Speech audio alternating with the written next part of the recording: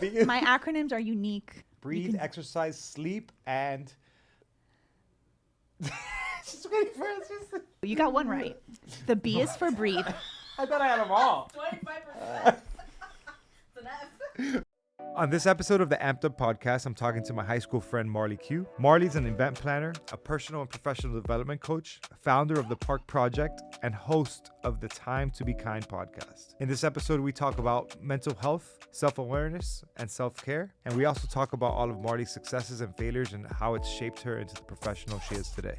If I really care about others that much, am I doing what I need to do in order to take care of myself so that I can build that and create that? And the truth is I wasn't. Mic check, mic check. Eva, yeah. Ajá. Qué bella. She's already a young lady. ¿Cuántos años tiene? Oh my 12, God. 13? Eva's 13. 13. No, she's going to be 13 April 24th. I'm sorry. Watch her hear this and be like, I'm not 13 yet. She has fire. She was actually, it's funny. I'm going to record this. This is good.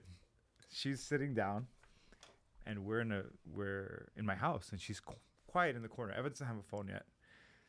And she is scrolling. And I was like, oh, she's looking for properties. Eva's addicted to realtor.com because she wants to find this home that I can't afford. Eva, what are you doing? Manifesting. She's not manifesting. She's a planner like you.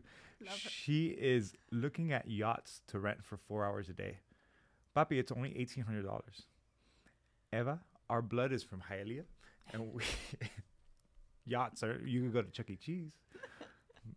Anyhow, that's my daughter.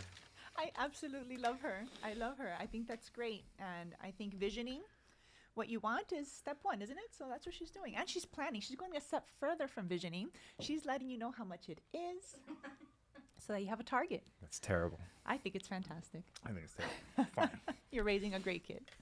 I'm trying. Good job. Raising kids, yeah, exactly. A deep breath. That is a deep breath. It's hard, right? Listen, I'm brand new at this. You've got way more experience than I do. I am a mom as of 3.5 years ago. So I've got 2 babies. This happened in, during a pandemic, being pregnant and having the contrast of one child pre-pandemic and one child during the pandemic. It was just such a lot. There was a lot of breathing to acclimate or transition into parenthood and still be present for how amazing it is, right? And not stressed by all of it. Yeah, actually, that's a great question. The question that just came up in my mind. I can't tell myself it's a great question, right? Yes, you can. But what was it like to give birth in the hospital before COVID and then now during COVID, right? What was the difference there? Oh my goodness. Well, you know that I'm a planner. We started by saying that I love planning. And if becoming a mom has taught me anything, is that, man, planning or your plans are absolutely useless. But the planning is indispensable, right? And that's not my quote. That's like Eisenhower. But that process or that experience taught me that, you can have your birth plan. And I did. I had a 3-page birth plan as to how I wanted this to go. Absolutely none of that happened that way. My first child, it was a 23-hour labor all the way to the end. Tried so hard and things didn't work out as planned. And I had to have an emergency C-section. And 30 minutes later, my child was born, and it's amazing. But that was a very, very difficult process. But I had my husband with me. I had my entire family, like, waiting in the lobby, right? Like, you had your support system all around you. During the pandemic, I was pregnant. I was 3 months pregnant when it started. And my husband wasn't able to go to a single doctor appointment with me. The entire 40 weeks, not a single doctor appointment was he able to attend, where he didn't miss, actually he only missed one with the first child. And at the hospital, he was the only one that was there with me, right? And to be completely honest, as kind of lonely sometimes that process felt, the actual birth process, the delivery, which my second child ended up being a C-section as well, not having people allowed, like not being allowed to be visited by people after was actually a good thing. Yeah, you were able to rest. I was actually able to rest, to be just more present with what just happened, right? Rather than being so focused on others and their experience of my birth delivery. So it's just this contrast. As much as you love, I loved the fact that I had that support system during the first pregnancy.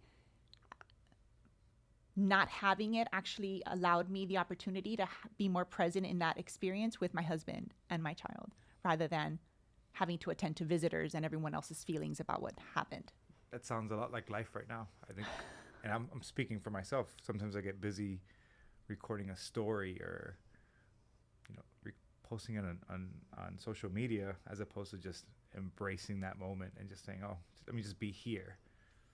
It's a practice. Like, let me just be here now and receive whatever there is to receive in this moment. And definitely becoming a mom has made me a lot more present and accepting, I think, of just what is, rather than always expecting things to go the way that I want them to.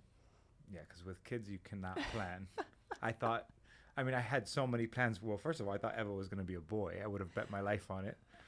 Right? I thought my first boy was going to be a girl. I still have a Pandora bracelet charm that says it's a girl, and it was not a girl, it was a boy. And that was a big surprise at our baby shower too. I thought I was having a girl. It's like this feeling that you're just like 100%. I know 100% exactly sure what this is going to be. I was wrong about everything with my first child, everything. But here we are. It's wonderful. I'm happy to be wrong. I'm happy. Me too. Actually, a lot of people are like, "Oh, are you?"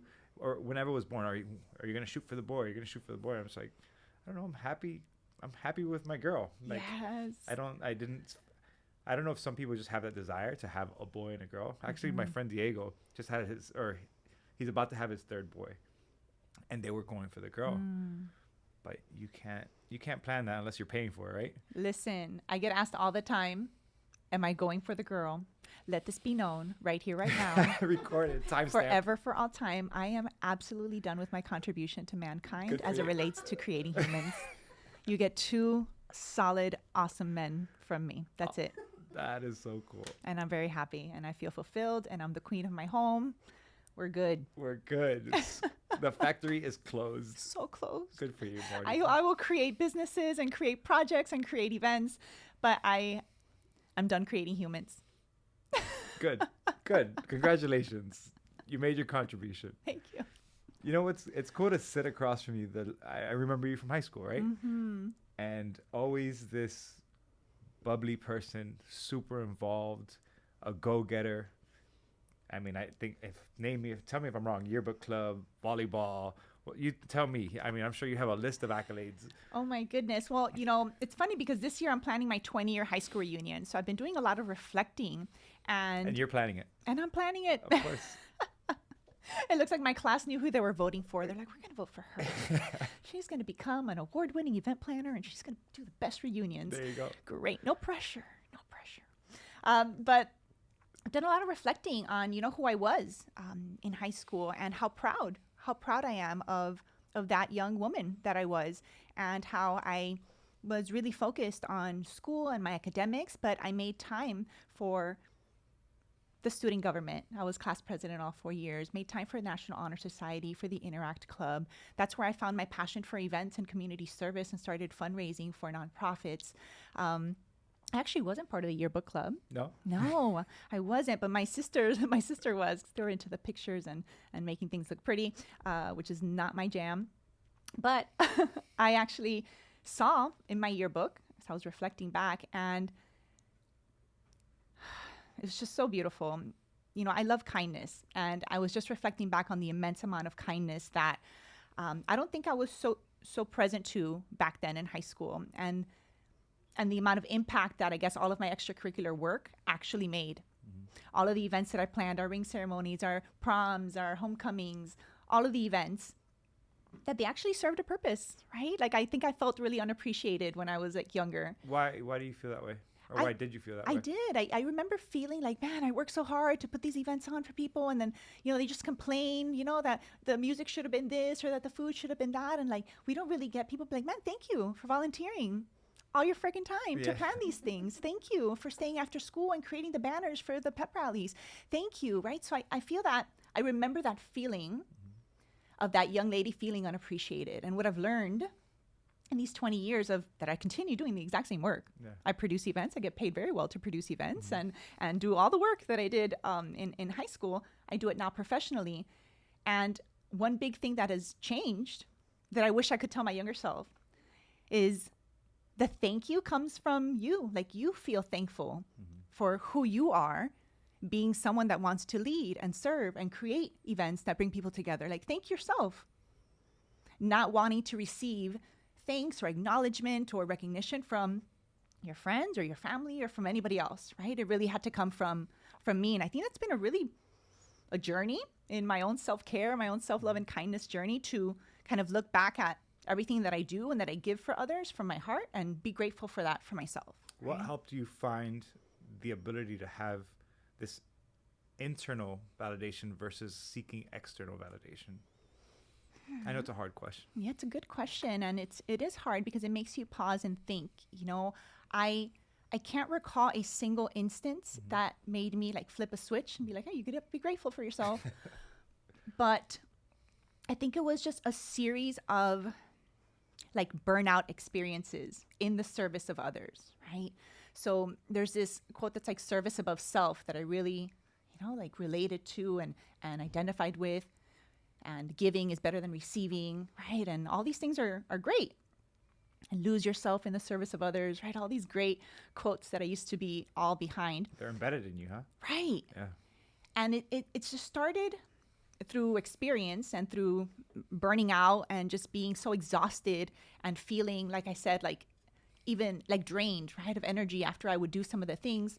Doing that several times. I'm kind of stubborn, so it took me several experiences to realize that that's not the way. Like, it has to come, if it's something that comes from your heart that you want to do, whether you're volunteering your time, you're donating resources, it has to come because it's kindness that bubbles up in your heart that wants to do that, not for a thank you, not for a pat on the back, not for money or for a favor in exchange. It really has to. And if it doesn't, then that's when you feel that you're either taken advantage of, or you feel drained, or you feel tired. And if that happens enough, then you have to kind of check yourself and be like, what are your intentions here? Were you doing this for a thank you or a pat on the back, right? And having, I guess, enough of those experiences where I'm like, listen, you are doing this in order to receive recognition and appreciation. Because when I was in high school, I received trophies, Hall of Fame trophies and pictures, but I didn't feel appreciated because it doesn't come from these tangible outward things, which in today's society, it worries me when so many of our young people are looking towards the number of likes and the number of followers and the number of comments in order to feel validated. Worries me because we didn't have that growing up. Right. And I had to kind of just discover for myself that that validation, that recognition that you seek, that feeling of appreciation that you want from others has to come from the inside out first. It has to. Absolutely. And I think it was just a series of a learning of the hard knocks, right? Like the hard knocks lesson to be like, no, you need to give yourself a hug, pat yourself on the back. Like, good job doing that. Even if no one ever sends a thank you card or an email for all the great, contributions that you think you made. Yeah. So you mentioned kindness, and I know a huge part of your identity is kindness, right? And I believe you did a TED Talk. I didn't watch it recently, but I remember watching it way back when you posted it. Yeah, you were super supportive, and you sent people from UM to come and sit in the audience. I remember. So it was Project Park or Park Project? Park Project. Okay. And Park, go ahead, tell us a little bit about Park Project. Yeah, so Park is the acronym for my mission, which is to inspire people to perform acts of random kindness. So my TED Talk in 2018 was titled Kindness is Your Superpower. And I was actually 3 months pregnant when I delivered that talk. And I almost canceled because I just wanted to throw up and like run off stage.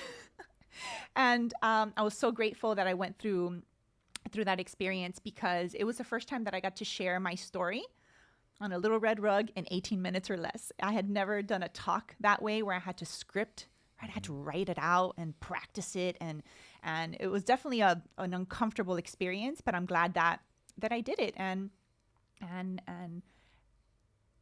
it's really living the purpose.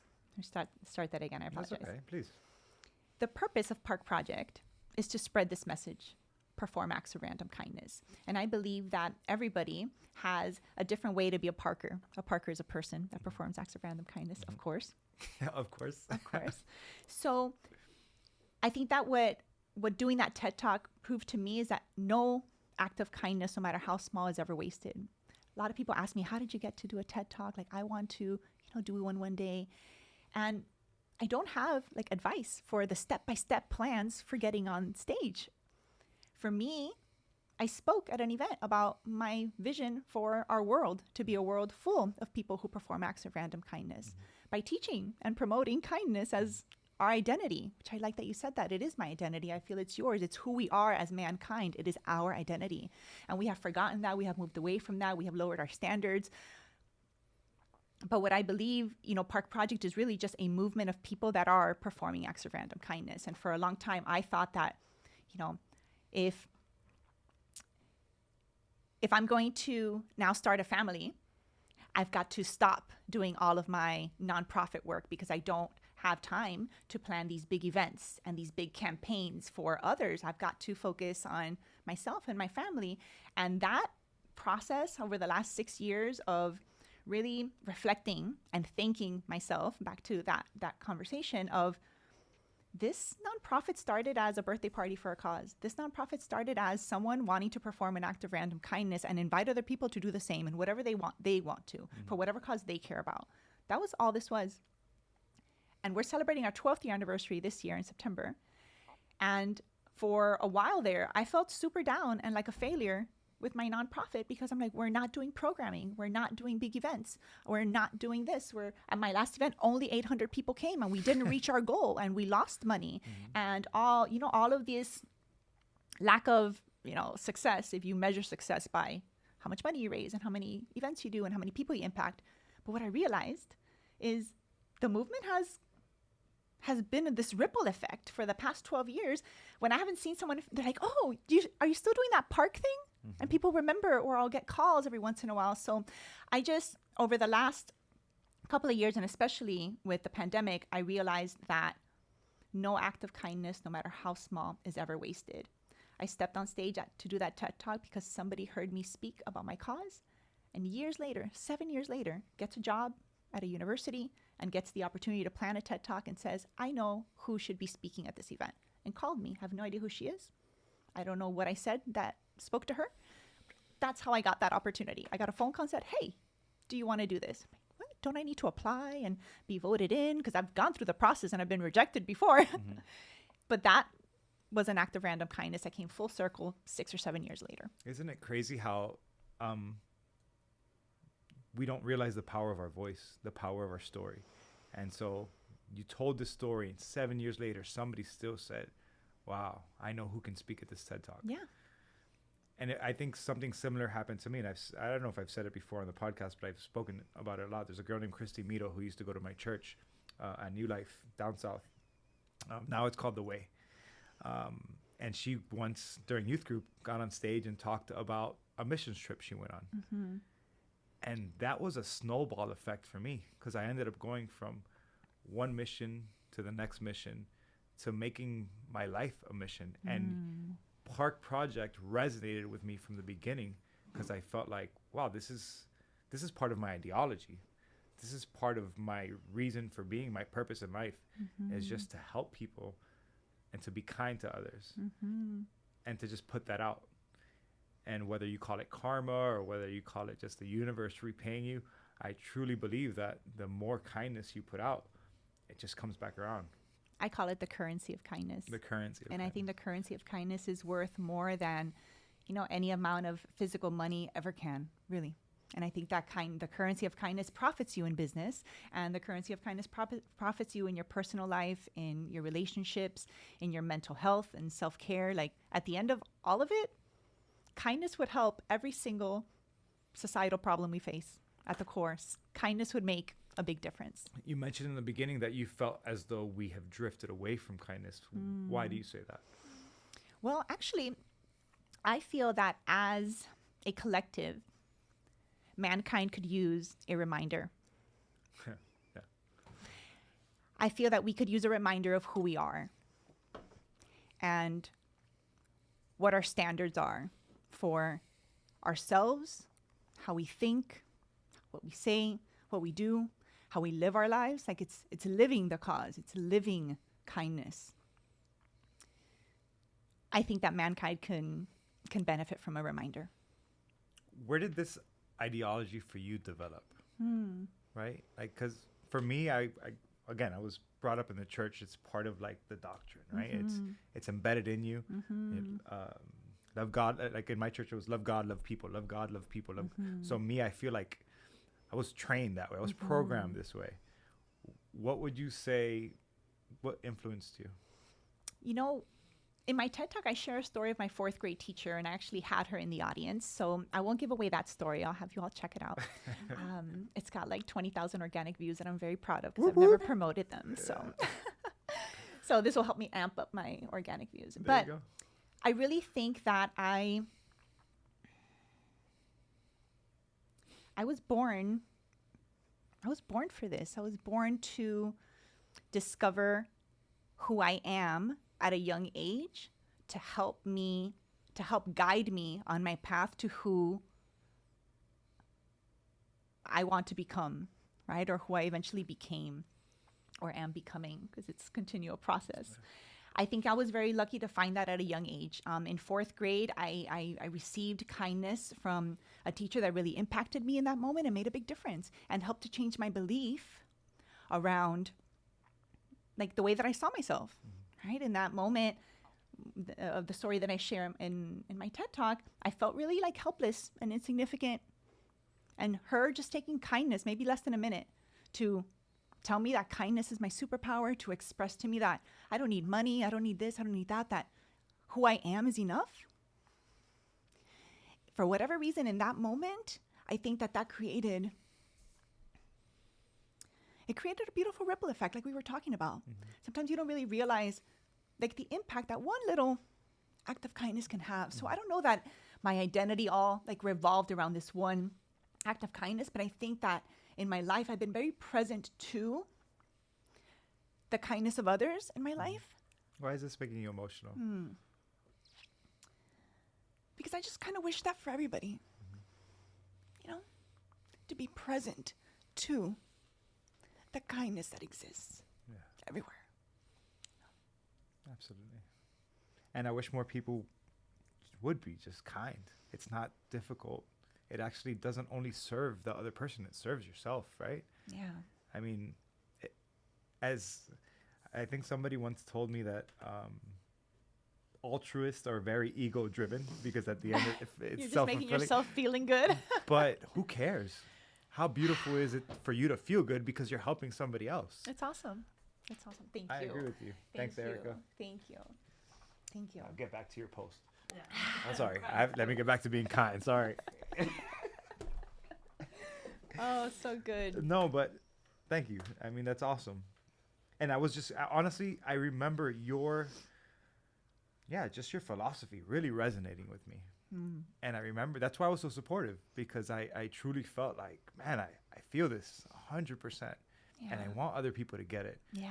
And whether I was working with the homeless or whatever I was doing, I wanted other people to see that. Like, hey, I'm just helping people. I don't care about who they are, what their status is. I don't want anything in return. And so when I remember there was a part where you were encouraging people to just turn around in the grocery store or something and pay for the person behind them, right?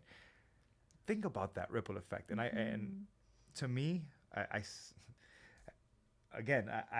said this before, not to you, but so sometimes it's weird when you have a podcast and understand. you've heard it back. You repeat yourself. Yeah, and I'm like, wait, I'm saying this again, but you said a ripple. And I tell Alex and I tell everybody around me, I'm like, I'm not here to cause a tsunami.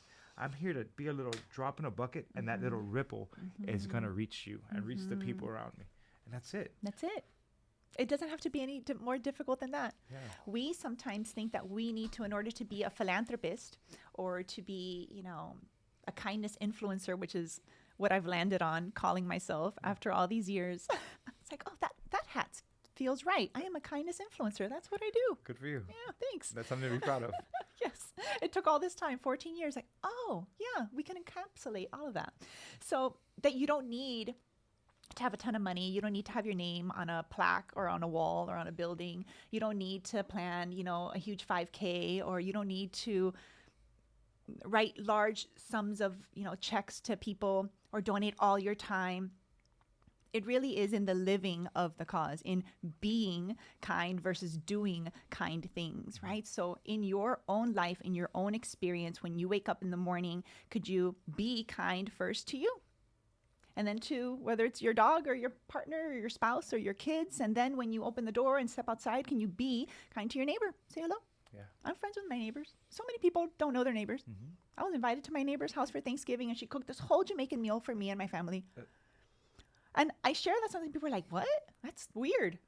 No, she's your neighbor. It's just my neighbor, right? So be kind to your neighbors, right? When you step outside, and your neighbors include, the people in traffic when you're trying to get from here to there. Your neighbors includes when you get to work, and your colleagues and your clients and whoever you're sending an email out to. Can you put a happy face in there? If that's not appropriate for where you work, can you put an exclamation mark? Add some energy and, some kindness in your email too, right before you're about to pick up the phone, before you're about to ask somebody for something. Can you take a breath and smile and notice that you're talking to a person who maybe has a lot going on in their day and you need something from them? It's like, just the customer service people or the telemarketers that call you and annoy you, they're a person trying to do their job too. Can you just be like, listen, man, I'm really not interested in what you're selling me, but have a great day. Thanks for the call. It doesn't take a long time to do that. And they're like, oh, wow, well, thanks for your time. You're welcome. Adrian's feeling guilty right now for hanging up on people. Listen, sometimes I'm not with it, right? And I'll keep it even shorter than that. But you know what I mean? I mean, it's more about being in that currency of kindness more so than a to-do list or something that you need to, scratch off your checklist, right? You started off with being kind to yourself. I took a course at FAU when I was in the graduate program. Dr. Pernell, I don't know where you are, but big shout out to you, because this course actually changed my perspective a lot, because it was all about caring for yourself and taking that moment to care for yourself and what that meant to me as a healthcare provider. And a lot of people laughed at the class. A lot of the students in the class thought it was funny. But I really embraced each one of these projects. And I think the first one, I had never gotten a massage in my life. And so she just wrote a list of things that you could do for self-care. And I was like, you know what? I'm going to get a massage. And I completely immersed myself in that experience. And I'm so grateful to her, because it made me realize how important it was for me to really care for myself before I cared for the people around me. So what are you doing for self-care? Because, and let me just backtrack. You run at a very high velocity, right? And I'm a cheetah. Yeah, I'm a cheetah. I'm a cheetah. And you've been doing this for a long time. People often that are such givers and put out such high energy sometimes fall into burnout, right? Have you experienced that at all? So much. And many times, over and over again. Like I said a few moments ago, I'm an incredibly stubborn person. And I held on to those beliefs of giving is better than receiving and service above self, and it's about others. And if you're, really a philanthropist, and others are your priority. And I fell into burnout many times. And I think the last time, no matter how stubborn you are, you need to reach a point where you're like, okay, I'm getting migraines all the time. After I do an event, I'm like exhausted for 2 weeks. I'm no good to like anybody for this amount of time. I'm not eating well, barely sleeping, drinking way too much coffee. There comes a point where you have to really look at the reality, at the truth. Be like, if I keep going in this direction, am I going to achieve building a nonprofit movement that is sustainable and that can live long after, I'm gone? Am I really setting it up? If I really care about others that much, am I doing what I need to do in order to take care of myself so that I can build that and create that? And the truth is I wasn't. I was like the worst person in self-care. I actually never practiced self-care at all. I didn't even understand what that meant. Like, it was laughable. It's like, what's that? Like, that's selfish stuff. Like, And a friend invited me to yoga, and many times I turned it down. I'm like, I don't do yoga. I can't sit there quietly. My legs crossed. I'm not flexible. I'm not strong enough. I can't do a push-up. My life depended on it, and I can't get on my head and do a headstand. Any of these things. I'm not an Instagram yoga person at all. And he kept inviting me and kept inviting me. And he's like, Marley, I just see that you're kind of experiencing a lot of stress, and I see you kind of anxious, and I know you're just starting your business and you're really young, but you should really, like pause and take care of yourself. Come on Wednesdays, yada, yada. I went a couple times. I hated yoga because I felt that I couldn't keep up with other people, and everyone loved the laying down at the end and relaxing. And I just was dying to roll up my mat and leave. Like, I gotta go. Obviously, you all have nothing to do. You're not trying to change the world. Like, I gotta go. This is really how I felt. It's very shameful. But I stuck with it, and I kept practicing. And what I realized is I was just afraid to stop. Because if I stopped, then I had to face the truth that I wasn't taking care of myself. And so many times I wouldn't even drink enough water throughout the day or eat because I'm so busy on everything else. And the same thing would happen. I'd burn out, and I'd get migraines. And what were you feeling symptom-wise in terms of self-talk, or what was your inner voice feeling like during those times of burnout? What was going on? Yeah, definitely the self-talk. I always say, so if you feel like you're in a rut and you're doing the same thing over and over and you can't get out of this rut and the same thing kind of keeps happening, you're doing one of two things. You ready for an acronym? Let's hear it. I got it. Guys, get ready for a bunch of acronyms, right? I already gave you PARK. I already gave you PARK, perform acts of random kindness. Now, this is for rut. I realized that I was in a rut because I was repeating unsupportive thoughts. Okay. And I was repeating unproductive tasks. I was doing those two things over and over and over and over again. And you don't notice that you're in a rut repeating unsupportive thoughts or repeating unproductive tasks if you just keep going and you're just in the doing and you're just busy. But if you actually just stop, which is what COVID did for me, a forced full stop emergency brake, then that snow globe of activity that's all frantic all the time and in motion all the time is forced to rest and settle and be like, wow, some of those unsupportive thoughts for me were, you're not doing enough.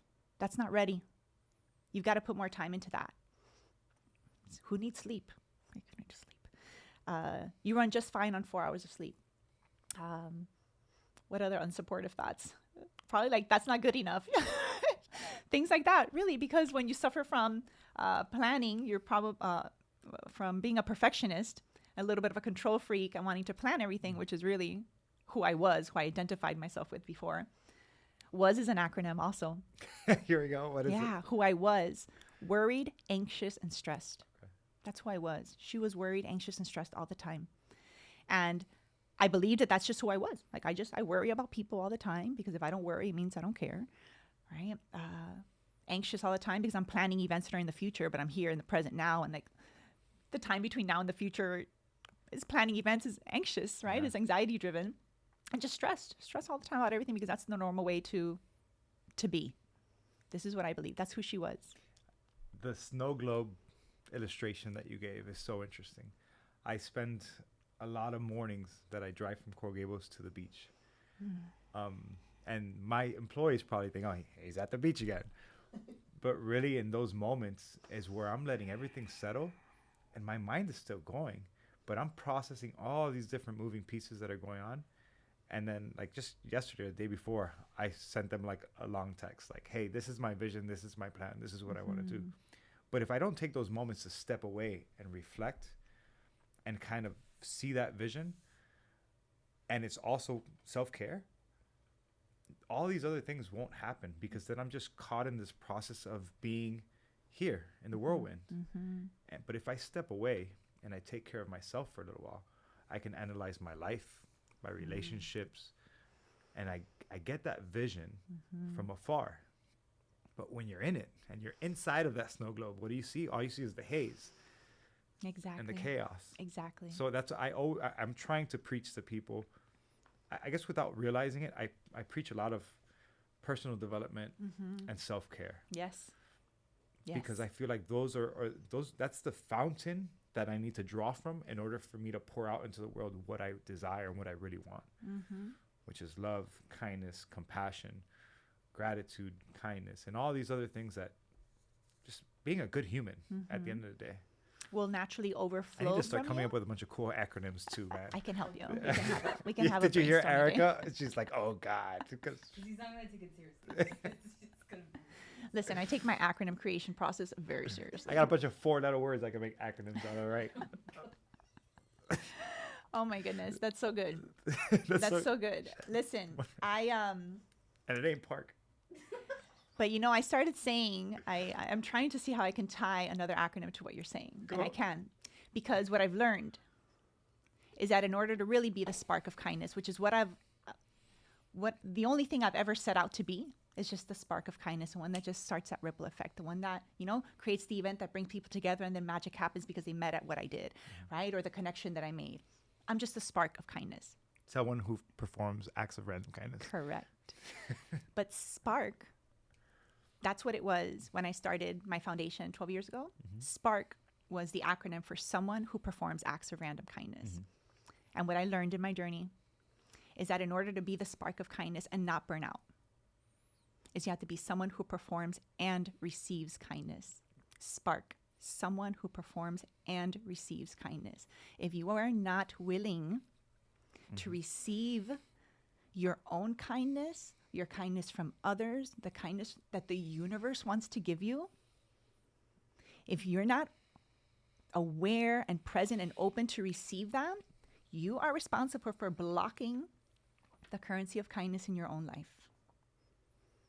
So what I would say to that younger self who I was in high school is that I was blocking the ability to receive the kindness that was present there for me, the appreciation that was there for me. Because to tie this back, sometimes I go off on tangents, but I always tie it back to that yearbook when I opened it.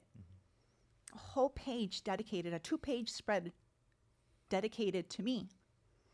Someone that put so much into her class, and I wasn't going to buy a yearbook. I wasn't going to buy an ad. I didn't have the money to do that. I worked 2 jobs and I did all this after school stuff. I was like, I'm not going to spend a couple $100s on a yearbook ad. But my friends pulled together money, got together the pictures. My sister designed it. All my friends in the yearbook club, and they all signed it. Like a ton of people contributed. Teenagers with like $5 to spare maybe in Hialeah, Miami Lakes. Right. Contributed all of their dollars to buy me an ad. And if that's not gratitude, my goodness, I feel grateful in that moment. But what I meant to express is that I wasn't present to the kindness and the gratitude that was coming in my way. I wasn't open to receiving it. I just wanted to give. And if you're listening and you're one of these beautiful givers, like Adrian and I are, people in mental health and the healthcare professionals, nonprofit professionals, people in the giving, in the service. Teachers, nurses. Oh my God, doctor. Yeah. Right? People that are about people. Yeah. That are really about people. That are really about people. Listen closely. Preach. You have to be someone who performs and receives kindness. That is the only way that we can sustain our movements, our businesses, our nonprofits, our causes, our visions, is through allowing ourselves to receive. And it starts with you receiving your own kindness and making that time to be kind. So as of the last 6 years, where I put a pause on my park project, I put a pause on a lot of my quote unquote extracurricular activities so that I can focus on myself and building a family and laying a strong foundation, forced me to take that pause, let that snow globe like settle. And it was not easy. I didn't want to. I wanted to work and get back to it, but forced to stop. My events business, right? During the pandemic, no events, right? So I had to pivot to virtual, but just allow everything to just stop for a moment so that I can get that bird's eye view, really look at my vision, which is to create a world where everyone performs acts of random kindness. #WePark. That's what we park. I love it. Then I really needed to give myself that time to be kind to myself, so that now from this place where I can give from my abundance and from the overflow, not from a place of lack and from a place that I'm not willing to receive all of the kindness that the universe and that others want to give me. I am super open to receiving now. kindness. And my kids were definitely the spark of that. Like, my God, the immense amount of overwhelming amount of joy that my kids give me. It's honest, it's overwhelming sometimes. Like, it's just like so much love that you're like, wow, My daughter's 12. I'm lacking love now at this Oh, point. right. I'm sorry to be the bearer of bad news. Different phases, different phases. I'm gonna take all the kisses and hugs from my boys as long as I Listen, can. Take them. I Take do. them. I do. I savor them. Oh my! I used to remember. I remember thinking when Eva was 1 to 3 years old, saying, "Well, how many times have I? If I had $1 for every time I've kissed this child today, I'd be good. I'd pay the rent, pay the mortgage. It's just delicious. It's beautiful, right? You know, so I Embrace it. I know that my self-care journey has also helped me become a better mom, has equipped me to be the present mom that I am amidst a pandemic, amidst having to rebuild my business and rebuild my nonprofit and put out my podcast and put out all my projects.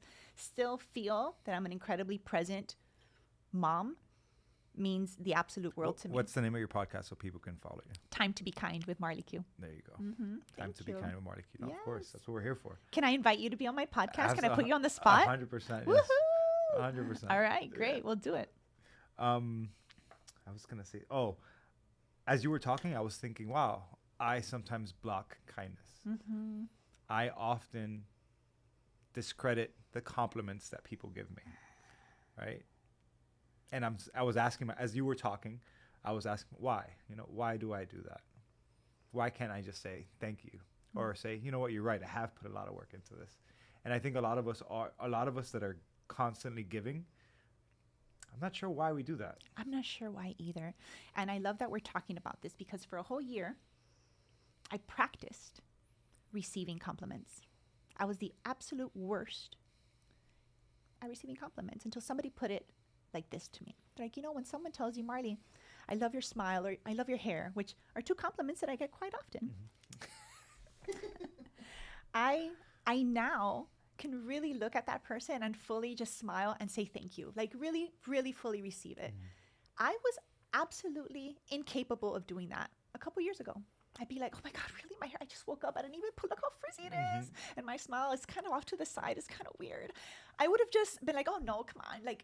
And when you do that, you are giving that kindness back to that person. Be like, now your kindness isn't good enough for me. It is an incredibly unkind thing to do. Mm-hmm. And it wasn't until I guess someone put it in that perspective for me. It's like, wow, like somebody just gave you a gift and you're like, no, I don't want that. You can return that. That's not mine. No, thanks. I'm good. No, thanks. I'm good. Like that is not what I would ever do. Right. So that was one of my homework assignments that I did on my, personal growth journey was you're going to practice receiving every compliment that comes your way. Just with a thank you. You're going to smile. You're going to breathe it in and say thank you. And that's it. That's awesome. That was a practice. That was hard, but now I'm really good at it. Sounds like I have some practicing to do. I'm glad we brought it up because you're not alone. I think that many of us don't, we like to give compliments, but we're not that good at receiving them. So practice that today if you're listening. Or somebody will tell me congratulations because this, let's say this practice has grown, and I just say not yet.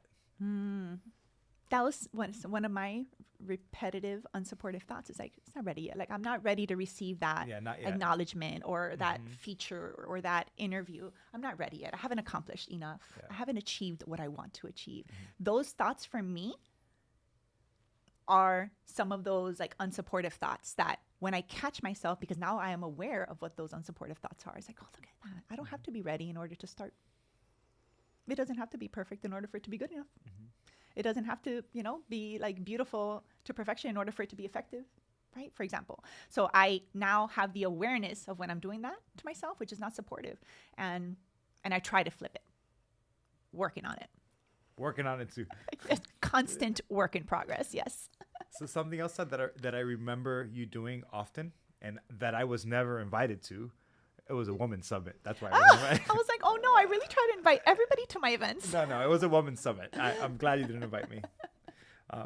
But talk to me a little bit about those women's summits and what they meant and what you were trying to do through those summits. Oh my goodness. So the Women's Success Summit was was such a big part of my evolution. So I've been, I started my company in 2010 as Starmar Events. It was an event consulting company. And before that moment, January 2010, I had never ran a business, known anything about business. I didn't have a business plan, projections, Welcome to my life. strategy. I didn't have an email list or a social media following. I mean, I'm talking about, I just knew in my gut that I got to get out of this and go this way. And Michelle Villalobos is who created and founded the Women's Success Summit. And I went to that event. And I'm sitting in the audience and I'm like, I love this. Like, this is professional and business development, but it's also personal growth and development. It's all these women in this room, like, supporting each other. I never, like, been surrounded, like, by this much feminine energy out to rule the world. Yeah. This is amazing. I need to be a part. You know, it's a lot. It's just a lot. I had never been a part of that. I never had a business coach or anything like that. So I see this woman and I stay after the event and I'm like, hi, I'm Marley Q and here's my card. Actually, I wasn't Marley Q yet. I was just Marlene. And Marley Q became like my brand name and my business later when I decided to make that shift and become a quote unquote kindness influencer. But anyway, I introduced myself. I gave her my card and I said, hey, I plan events and I really love what you've created here and I think that I can help. Can I volunteer and serve on your board and, you know, maybe support with this event for your next event? She's like, oh my God, that'd be great. And we stayed in touch and she did invite me and I participated in these events that I was a part of for almost a decade were the spark of so many really meaningful connections and business opportunities and relationships and friendships that I still have to this day. As a matter of fact, if I look at my podcast episodes, I've released maybe 30 something. More than half of those people I met at the Women's Success Summit. Wow. And have remained all these, like the ripple effect. When we go back to talking about the ripple effect of kindness, my goodness, like this ripple effect continues and we work on things together and we create new things. And I could trace them all back to that event, the Women's Success Summit. And it wasn't my creation. This was a client that I supported in growing that event and I emceed it. I actually became an MC thanks to that event. Even though I had been emceeing pep rallies since high school, I realized that I can get paid to hold a microphone and speak thanks to that event. It's funny that you're saying this, and I'm thinking about all the people who have inspired me throughout my life, and the majority have been women. The majority of women. I'm the only dude who's working here in-house right now. So I'm the only guy who's working in my company, and I'm thinking women just... I don't know. Women have this light. They have a gift. At least I see it that way. And I wish that, I don't know. I want to empower women just like I want to empower my daughter. And I have always empowered her. I've always said to her, you know, you're strong, you're smart, you can do it. And I want to say that to any woman. Yes. Right? You're strong, you're smart, you can do it. I think it's interesting that the universe gave me boys. Yeah. Because I have always thought, it's interesting. You said you're the only like man here in-house, right? And I'm producing an event in May for mental health awareness called the Mankind Summit. A little plug here, Mankind Summit. And I love the idea of more men feeling empowered to share stories authentically and vulnerably the way that you do. I feel that is incredibly important to empower more men to practice self-care and get the massages and get your nails done and take time off and whatever it is for you, if it's going to the beach or playing golf or throwing axes at the wall or a hammer. But how is self-care even thought of as something feminine? Why is that? Let's talk about that. Why is self-care feminine? Why? Because men, again, it goes back to men just feeling like they need to be strong and proud and they don't need any help. No. And they just need to be workers and doers. Yeah, no. And laborers. So I am hoping that through example, I am able to teach my boys as they grow that it is incredibly important to make time to be kind to yourself, to make time for play. Right? Work and play every day. That's something else that my mentor, Michelle Villalobos, one of the Women's Success Summit, that was the theme, work and play every day. And back then, who I was made no time for play, like none, zero. There's no time to play, like 2 hours with friends and just watch a movie no, I don't have time for that. I don't have time for play. And I'm so grateful that that's changed. And my children have really helped me to change that because it is essential to factor in time for fun and play. That's how we get to spark new ideas and free up mental like space for new ideas to come up, right? And to breathe. So having fun is a way of practicing self-care as well. And I think that men can maybe start to see self-care in their own way. Like when I try to teach people about self-care, it's not, self-care doesn't look like a massage and a manicure and a pedicure. No, like that's not what it looks like, right? We take the time to really assess for yourself, how do you feel cared for yourself? What care do I need today? Because every day you may feel something different in order to feel cared for, right? It could be, I just need 5 minutes to my dang self today. 5 minutes, right? And I'll lock myself in my bathroom and close the door and I still hear my son outside the door. Mama, I need 5 minutes, papi. Mommy's breathing. Yeah. Just give me a second. I just need to breathe. And he really does hear me breathe. Sometimes he's like, Mommy, you're breathing. I'm like, I'm just breathing, papi. I'm just breathing. Just give me a second. That's all. There's a cartoon. This could be edited out. There's a cartoon. No, we don't edit. We don't edit here. Sorry. Tigers, can we edit this out? There's a little tiger's neighborhood or something like that. Guys, forgive me. I have a 3-year-old and a 1-year-old. I watch cartoons often. And there's one where when they feel so mad, the tiger's like, when you feel so mad that you want to roar, take a deep breath and count to 4. And we do this in my house religiously. We're like, oh, when you feel so mad, I just start singing. Because I'm so mad, I just start singing, when you feel so mad. And he's like, and he goes away. He's like, oh, I got it. Mom's about to go through it. Oh my God, you guy. I'm like, I'm giving you a few seconds to sing this thing for you to like, go pick up the toys or put the clothes, whatever I told you to do. That's great. So that's self-care. Sing a little song, like do a little something to like help yourself. All right, I'll flip out right now. I'm just gonna. Yeah, and self-care looks so different for everyone, right? Self-care could mean photography. Self-care could mean getting involved in a documentary or creating watering a your film, plants. watering your plants, breathing, yoga, going to the gym, laying in a park and doing absolutely nothing. Looking at the clouds. That's it. That could be self-care. That's actually really a good practice, so that we can learn how to like see our thoughts that way and like just there it is. It's just temporary. Like what a silly. God, you're going down that spiral of like thinking. There you go, going down that rut again. Oh, a little cloud passing by, right? But it takes practice. It takes practice to be aware of your mind and be aware of, is it supportive? Is it not supportive? And if we don't stop to pause and see that, then we're just stuck in the doing. And it's not about doing kindness. It's about being kindness. Mm-hmm. So what about, what is the Mankind Summit? You mentioned it, but. Yeah, so we're working on this now, but I can definitely share. MAN is an acronym.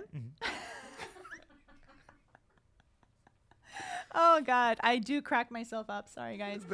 Having too much fun with myself here in my brilliant acronyms. But it is brilliant because MAN stands for Mental Awareness Now. So my message with this event is I want to create mental awareness now for all mankind and have people reach the summit of their own, self-care success. Like, what does that look like for you to feel like mentally calm and productive? What does it feel like for you or what does it take for you to feel like rested or recharged, right? What does that look like? And actually making the time to reflect on these things so that we're not just in the going. We make the time to consider what are our needs. How do I need to care for myself? Nobody teaches you how to take care of yourself. Nobody teaches you how to care for yourself when you're going through certain emotions or certain situations. Nobody teaches you to do that. So I think that making the time, or what I can contribute, is creating the space, creating the container, the event for these breakthroughs, for this clarity, for these decisions, these commitments to self to happen, right? And I walk people through a process of, I hear a lot when people say, I feel like a hot mess, right? At least a lot of women, I hear this. Like, I feel like a hot mess. In the hospital, I used to hear that all the time. I look like a hot mess if I'm doing a Zoom meeting, but they're not turning on the camera because I look like a hot mess or whatever it is, right? And I joke because I was like, well, when you feel like a hot mess, you just need to pause and check your mess PF. And MESS PS, I know you're having so much fun with me, and that's okay.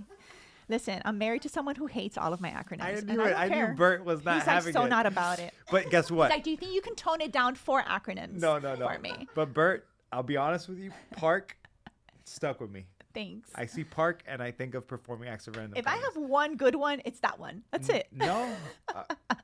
What was the man? Man is mental awareness now. I think that can catch too. I think it can catch for sure. But park embedded. I see park and I'm like,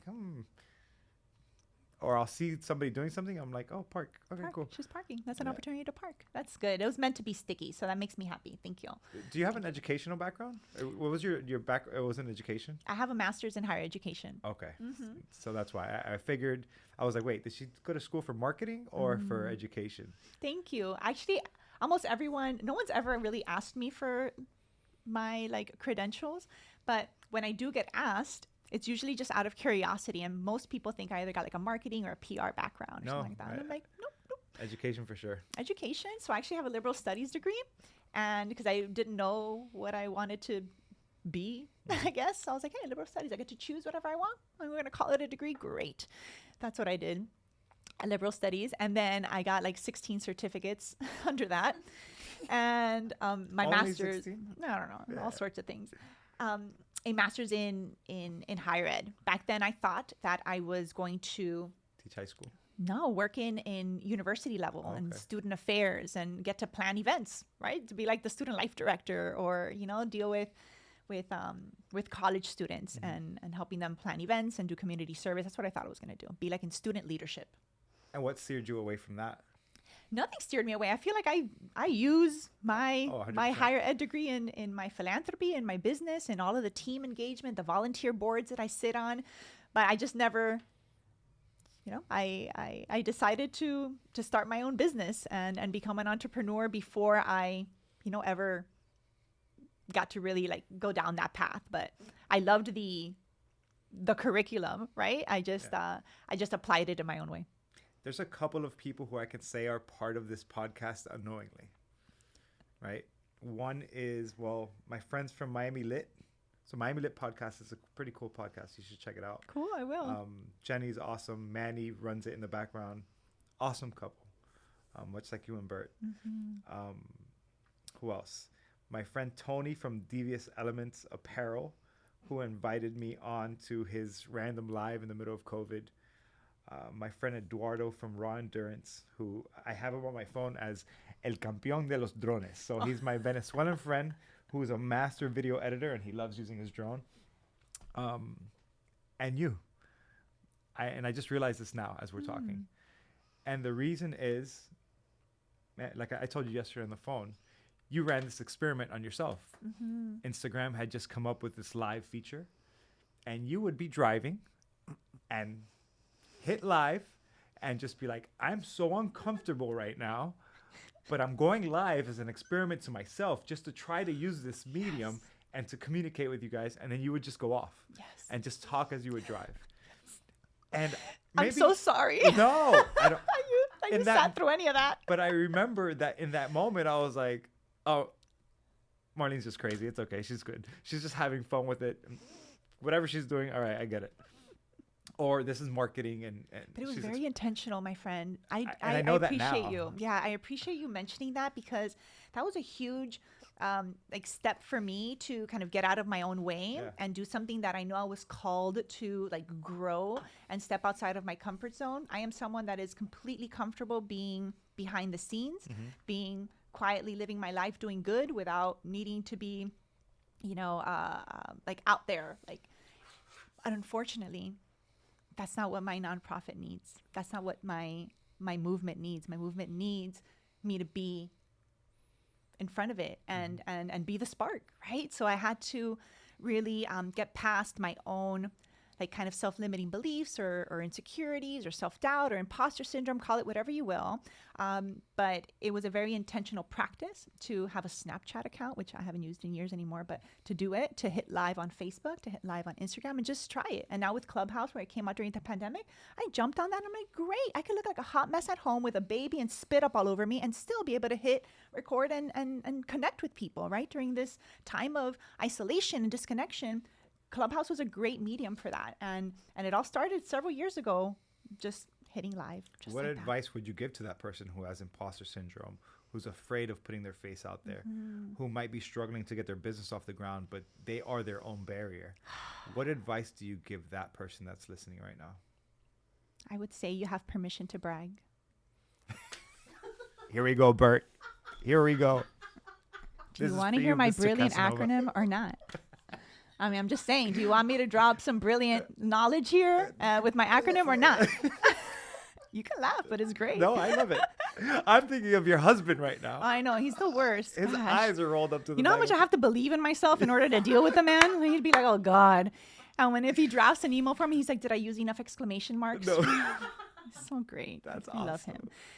So what I would say, and what I said to myself, I had to redefine what it meant for me to be self-promotional and for me to become a personal brand and for me to be the face of my business and the face of my nonprofit. Like deciding to do that and become, quote unquote, Marley Q, like own that as was really difficult. It was really difficult for me.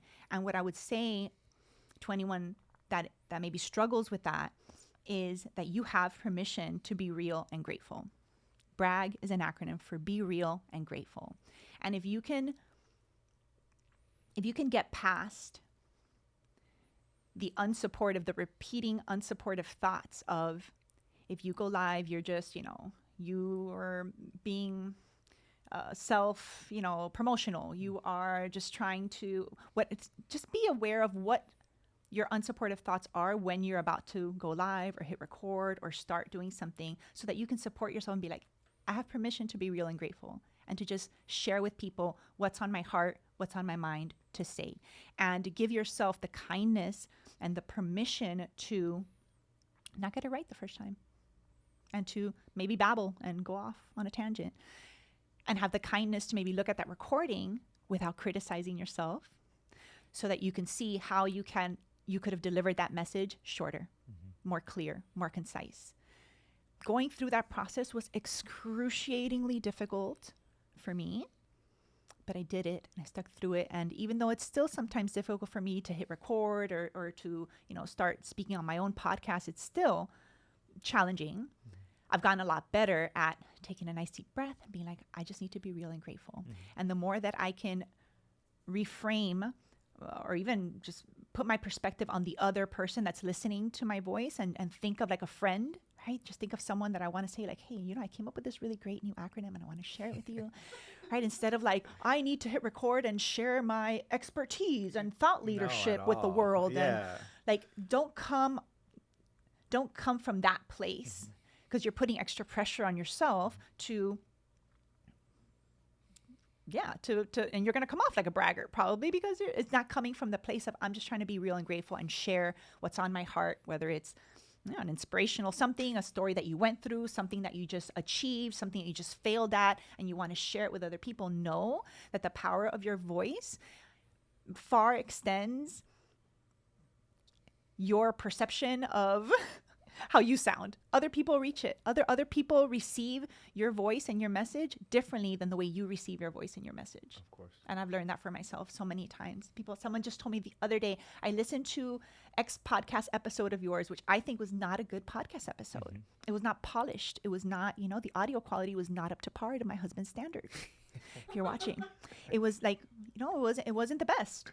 And that's the podcast episode this person was saying was really, made an impact for them. And I'm like, thank you again, universe, for that reminder that it's not about, what we think is like ready and polished and perfect, but rather be real and grateful. You have permission to brag and share whatever the heck is in your heart to share with the world, and the right people will receive it. Yeah. And if it's a message that you're supposed to keep sharing it, iteration.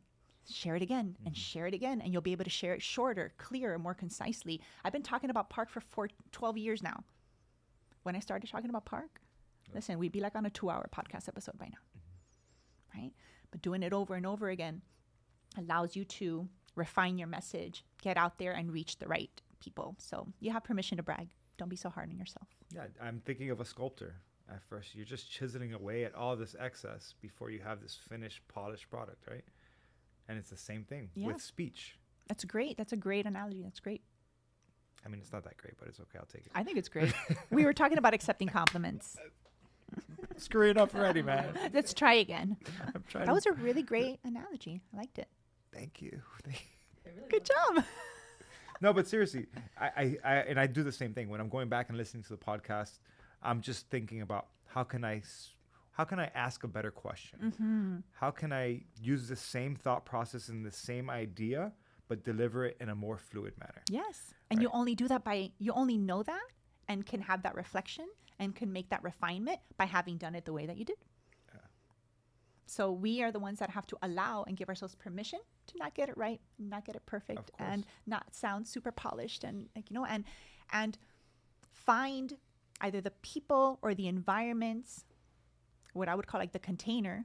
For example, that's why I feel like events are so powerful, is because you are deciding that during this period of time, I'm going to work on my self-care. So you are allotting the space, the container, the time, the safe and, the safe place to not be perfect and to maybe share what your vision is and what you want, to change in the world or what your cause is. You can share it with a room full of kind-minded people who are holding space for you to stutter, not get it right, take 3 minutes longer than you could have, and to give you feedback and give you the recording so that you can listen to that, and let's refine that and get better at it. For a long time, I was only using Instagram for my photography, and my voice, my face, nothing. Maybe my voice was in the captions, but it was nothing. I would be watching you and other people who were putting themselves out there, but I just, for whatever reasons, I just felt like if I do it, then it's narcissistic, or like you said, it's self-promotional, or people are going to think X, Y, and Z about me. And I think that's the mentality a lot of people have. Yes. And it wasn't until COVID where I don't know what happened, where I just decided, well, first I had this practice. So I realized, you know what, I have to do something to promote this practice besides just a little blip about it. Like I got to jump on and talk about it. I have to let people know what I'm doing, and they have to see my face. I'm the face of the company, whether I like it or not. Whether you like it or not, exactly. That was the realization that I had for myself. I was like, whether you like it or not, this mission, this was in your heart and you took action on it. You have to step outside of your comfort zone, and as much as you don't want to be seen, you don't. And at the same time, all we want is to be seen as people. Isn't that interesting, right? It's like the weirdest thing. But to be aware of that and purposefully, intentionally, quote unquote, put yourself out there. I've seen you do that over the last 2 years, and I've loved it. I've loved seeing you post your thoughts and get people engaged in conversation and sharing different viewpoints, right?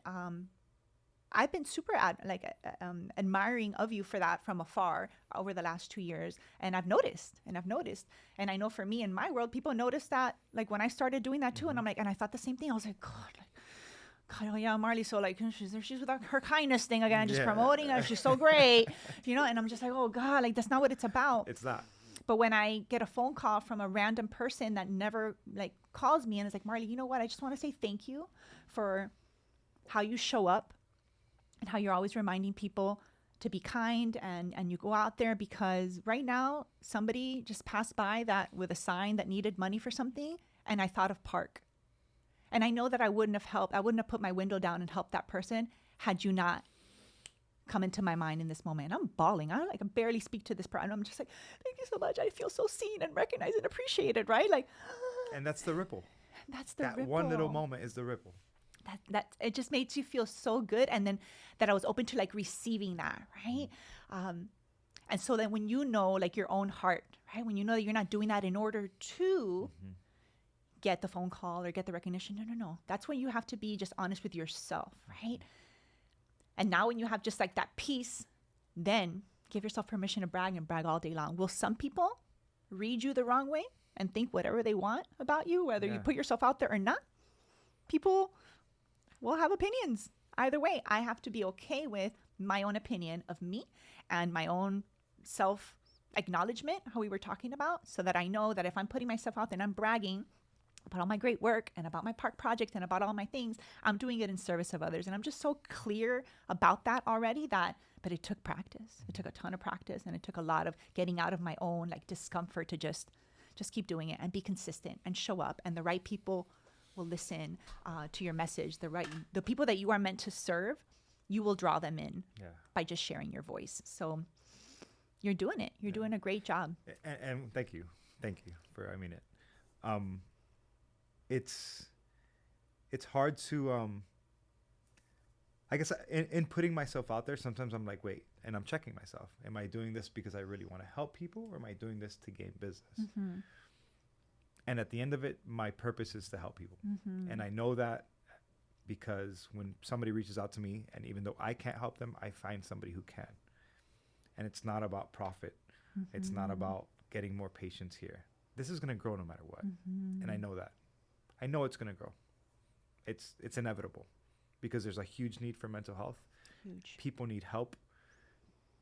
The pandemic definitely affected a lot of people in a negative way, or in a positive way where they realized they needed help. Where It they exposed these realized, issues that right. were there, and they were buried and compartmentalized, and they were just going through their day-to-day without stopping and looking themselves in the mirror. And the pandemic forced them to stop, for their lives to halt, Exactly. and for them to truly look at themselves and look at their family and look at their situation, look at their finances, look at their job, look at their professions, look at their purpose in life, and finally say, I need a change. And so this practice will grow. But it was never about that. Mm. It was always about helping that one person. And every time I get a DM, and my DMs are not exciting. Mm. I just like people probably get tired of, and I don't think they do. I think what you're putting out is beautiful, and I think it needs to be more contagious. Mm. But maybe some people do get annoyed. That's okay. Mm-hmm. I'm sure people get annoyed with me. When I used to lecture at UM, Mm-hmm. I would be like, guys, today this lecture is not going to be fun, exciting, or uplifting. I'm talking about depression, anxiety, and suicide. I'm talking about trauma. Yeah. So I'm sure whenever I jump online and I start talking about depression, anxiety, suicide rates, sure, there's a lot of people that are turned off by it. But behind all of that, my intentions are there, my purpose is there. You're giving people permission to be real and grateful by you, quote unquote, bragging. You are allowing the people that need to listen to those messages, whether it's for themselves or for someone in their life. Yeah. You owe it to your mission and to your purpose of helping others to think about ourselves less and how uncomfortable and how much I hate pressing record and putting myself out there. I really rather just be a hermit. And I actually learned that through COVID. I was like, wow, I'm perfectly happy in my own space, Mm-hmm. right? This is an effort, an intentional effort to give and to put out there what you have, right? And I think that the more that you do it, you are giving other people permission to do the same. And that's really the purpose of the Mankind Summit at the end of the day, is to give people the opportunity to say, man,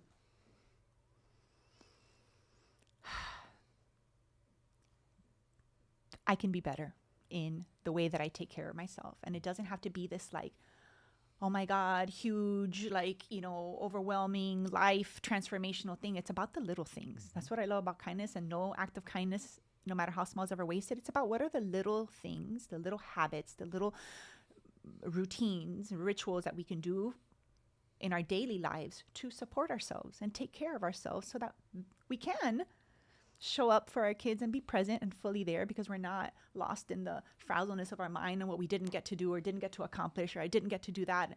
We're not having these unsupportive thoughts anymore. We're actually allowing ourselves to practice mental awareness now. Like, what is my mental awareness now? Right before, if I'm about to have a meeting that I'm a little bit nervous about, I'm like, what's my mental awareness now? Like, what am I thinking right now? Am I thinking, oh my God, is this person like gonna think I suck because I was a couple minutes late? Are they like sitting around waiting for me? Like, is that supportive or not? I'm like, listen, You send a message, I'm going to be a couple minutes late, and I'm going to take a breath as I'm going up. And, those are supportive thoughts that I say to myself now. But before, if I would be running late to a meeting, like I am causing an immense amount of stress in my body because what are they going to think? And I'm going to be late and I'm so unprofessional and whatever. Please. But this is who I was, worried, anxious, stressed. I'm the least professional person in this office. This is true. And I'm super professional. And if I'm a couple minutes late to a meeting, it doesn't mean that I'm unprofessional. You're right. It was funny because I stopped you outside, like before we came in here to sit down. Eric and I had spoken about it before, that we've brought people in and we immediately sit down and we go. And you came, like, regardless of the fact that you were running a little bit late, I intentionally was going to sit out there just for a second. I super appreciate it. I was like, oh yeah, I'm in the right place. Good, thanks. Yeah, because we need to stop and just take a breath and be easy on ourselves. Yes. Because I don't know, why do we constantly put this pressure on ourselves? Why are we constantly trying to just run and run and run? Yeah. And if there's anything I want any listener to hear right now is slow down. Slow down. There's no need to plow through it. I used to do that a lot. Like I woke up with a migraine today. I suffer from migraines every once in a while. And I woke up with one today and I was like, oh no, who I was, worried, anxious, stressed, would wake up with a migraine and be like, oh no, sister girl, you've got a long ass day today. You've got this and this and this. You better, let's go, plow through it. And I will completely ignore how my body is feeling and just plow through it and get through what I need to do. I'm perfectly capable of doing that. And I also know where that ends. I've done that many times. Now, if I wake up and I'm not feeling well, I'm like, oh, okay. I always take care of the kids in the morning. My husband's not a morning person. I love the mornings. I wake up in the morning cheerfully with my kids. Today, I'm not waking up cheerfully with the kids. I have a migraine and I have a long day and I need to take care of myself. I'm going to take a long shower. I put the monitor by my husband. I'm like, hey, be attentive when the kids wake up. Handle the milk. I love you. Sorry, I don't feel good. Sorry, I don't feel good today. And that's it. And I would have never, that would have never happened before my decision to practice self-care. That would have never happened. I'm like, I am not going to wake him up. He goes to sleep way later than I do. That's selfish. That's like unsupportive to him. And now he's not going to have a full night's sleep. You can give them their milk. It's not a big deal for you. You just like, I would have just plowed through it. And then at the end of the day, after I did everything I needed to do for everybody else, I'd get home and be sick and have a migraine. Now I can't eat because I haven't eaten all day. And I'm just, there gets to a point where you're like, wow, why are you being so unkind to you? Like, why? You don't deserve that, right? And having that time to really reflect and be honest with how do you take care of yourself or not, and not from a judgment place, from like a mindfulness place. Let's just look at it. All of this, I'm sorry, I didn't mean to cut you off, but all of this boils down to self-awareness. Self-awareness. That's why it's mental awareness now, because we hear a lot about mental health or mental illness. Okay, there's mental health. Mental health isn't just like the lack of illness. No, part of a psychological evaluation is insight. Does the person have insight into their issue, right? Somebody can be going through psychosis and be aware of their thoughts, of their thought process. Or you can be psychotic and delusional and have no awareness of what you're going through. You can be depressed and present with all these signs and symptoms of depression, but have zero insight or awareness. And so that's why having insight, being self-aware, checking in with yourself, looking at yourself in the mirror, laying down and just breathing and processing life is really going to be a huge part of your mental health. Yes. Because if you're not aware, you're just going to keep doing. Yeah. So checking in with yourself, having insight is going to be tremendous for anybody. It's been such a deep lesson for me in my life and huge shift that I think especially now I've given myself the time to be kind and kind of rest from my big quote unquote event failure 6 years ago, which was not a failure at all. Actually, looking back, it was a super successful event. I just wasn't present and aware to the success that it actually was because I was too focused on where it failed and what didn't. Let's touch on that. Where was it that you felt it failed? I know you talked about numbers and finances. So where did it fail, and where did you later on see that, oh no, this was actually a huge success? Yeah, thank you. So real quick for those listening, I'm not sure that for context, I produced an event called the 5K Park Fest. I created this, actually the 10th anniversary of 9/11 was the first 5K Freedom Run and Park Festival. It was the first event that I created for the community on my own, right? So I no longer like had a job where I've always planned events for the last 20 years, but as far as like for my own company, for my own nonprofit, this was my first event. And it was the 10th anniversary of 9/11. We had zero, like I mentioned earlier, zero emails, zero social media, zero business plan, zero plan at all. And actually under 3 months, all we wanted to do was to create a 5K that inspired people to park for our servicemen and women so that we can commemorate the 10th anniversary of 9/11 in a way that honored, that remembered, that celebrated our servicemen and women and the people that, ran towards, the terror and everything that was going on then. Give them a day to honor them and thank them. That was the purpose of that event. Didn't Park Project also, I don't know if it was that initial one, but afterwards, didn't it become this event where you would take all these proceeds and then donate to different nonprofits? Yes. So you were almost like this nonprofit that just wanted to support other nonprofits. Exactly. That's how this started. It started with that one event, and we raised, we had over 600 people come. We raised about $13,000 and donated it to like veteran organizations. And then we did that event for 2 years, and I realized I got really burnt out. I had to file for bankruptcy. I got heavily into debt. It was very difficult. And then we won the Miami Herald Business Plan Challenge because I came back with that event as a platform to allow anybody to raise money for their cause. So I was coming at it now from a place of I want to create an event that where other nonprofit organizations don't have to spend all the time, money, energy, to produce their own 5K, which is a big undertaking. And I believe most small nonprofits shouldn't be planning 5Ks and galas and all these big functions. They should be focused on their cause. So I created an event to allow people to fundraise for whatever cause they cared about. And we did that for 3 years. And in those 3 years, we were able to donate over $50,000 to several dozen charities here in South Florida. And I looked back, our 2016 event, which is the one where I felt that I had failed because our goal was like over 2,000 people. This was in October of 2016 during election year and people flying to Washington, D.C. to versus Trump and Hitler. Anyway, all these protests were going on here and I was just livid. I was so angry that only 800 people came to my event and that I lost, I don't know how much money at that event.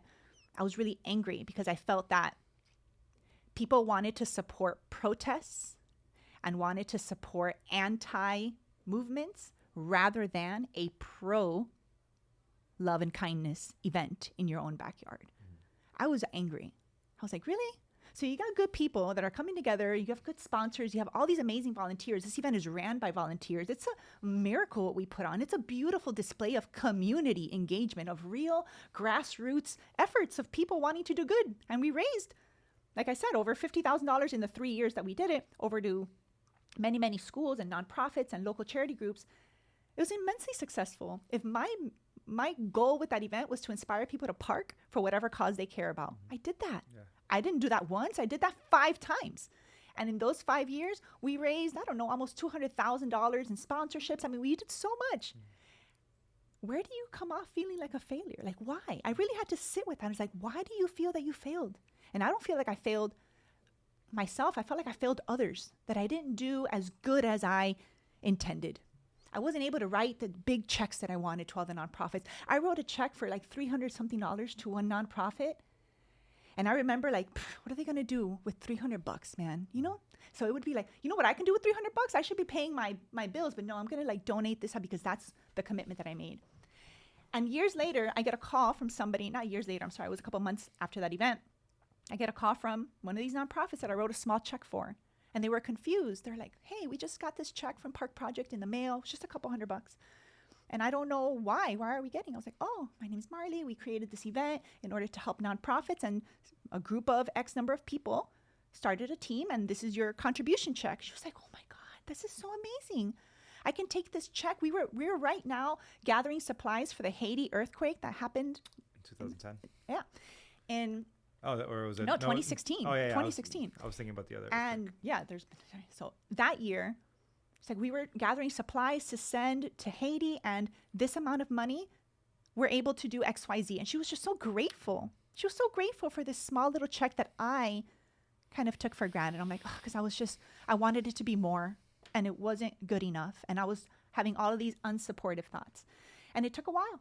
It took a while for me to just kind of detach from quote unquote negative feelings that I was feeling about the event and really be able to reflect and look back on it with mindfulness and see that it actually was successful in every definition that actually matters to me.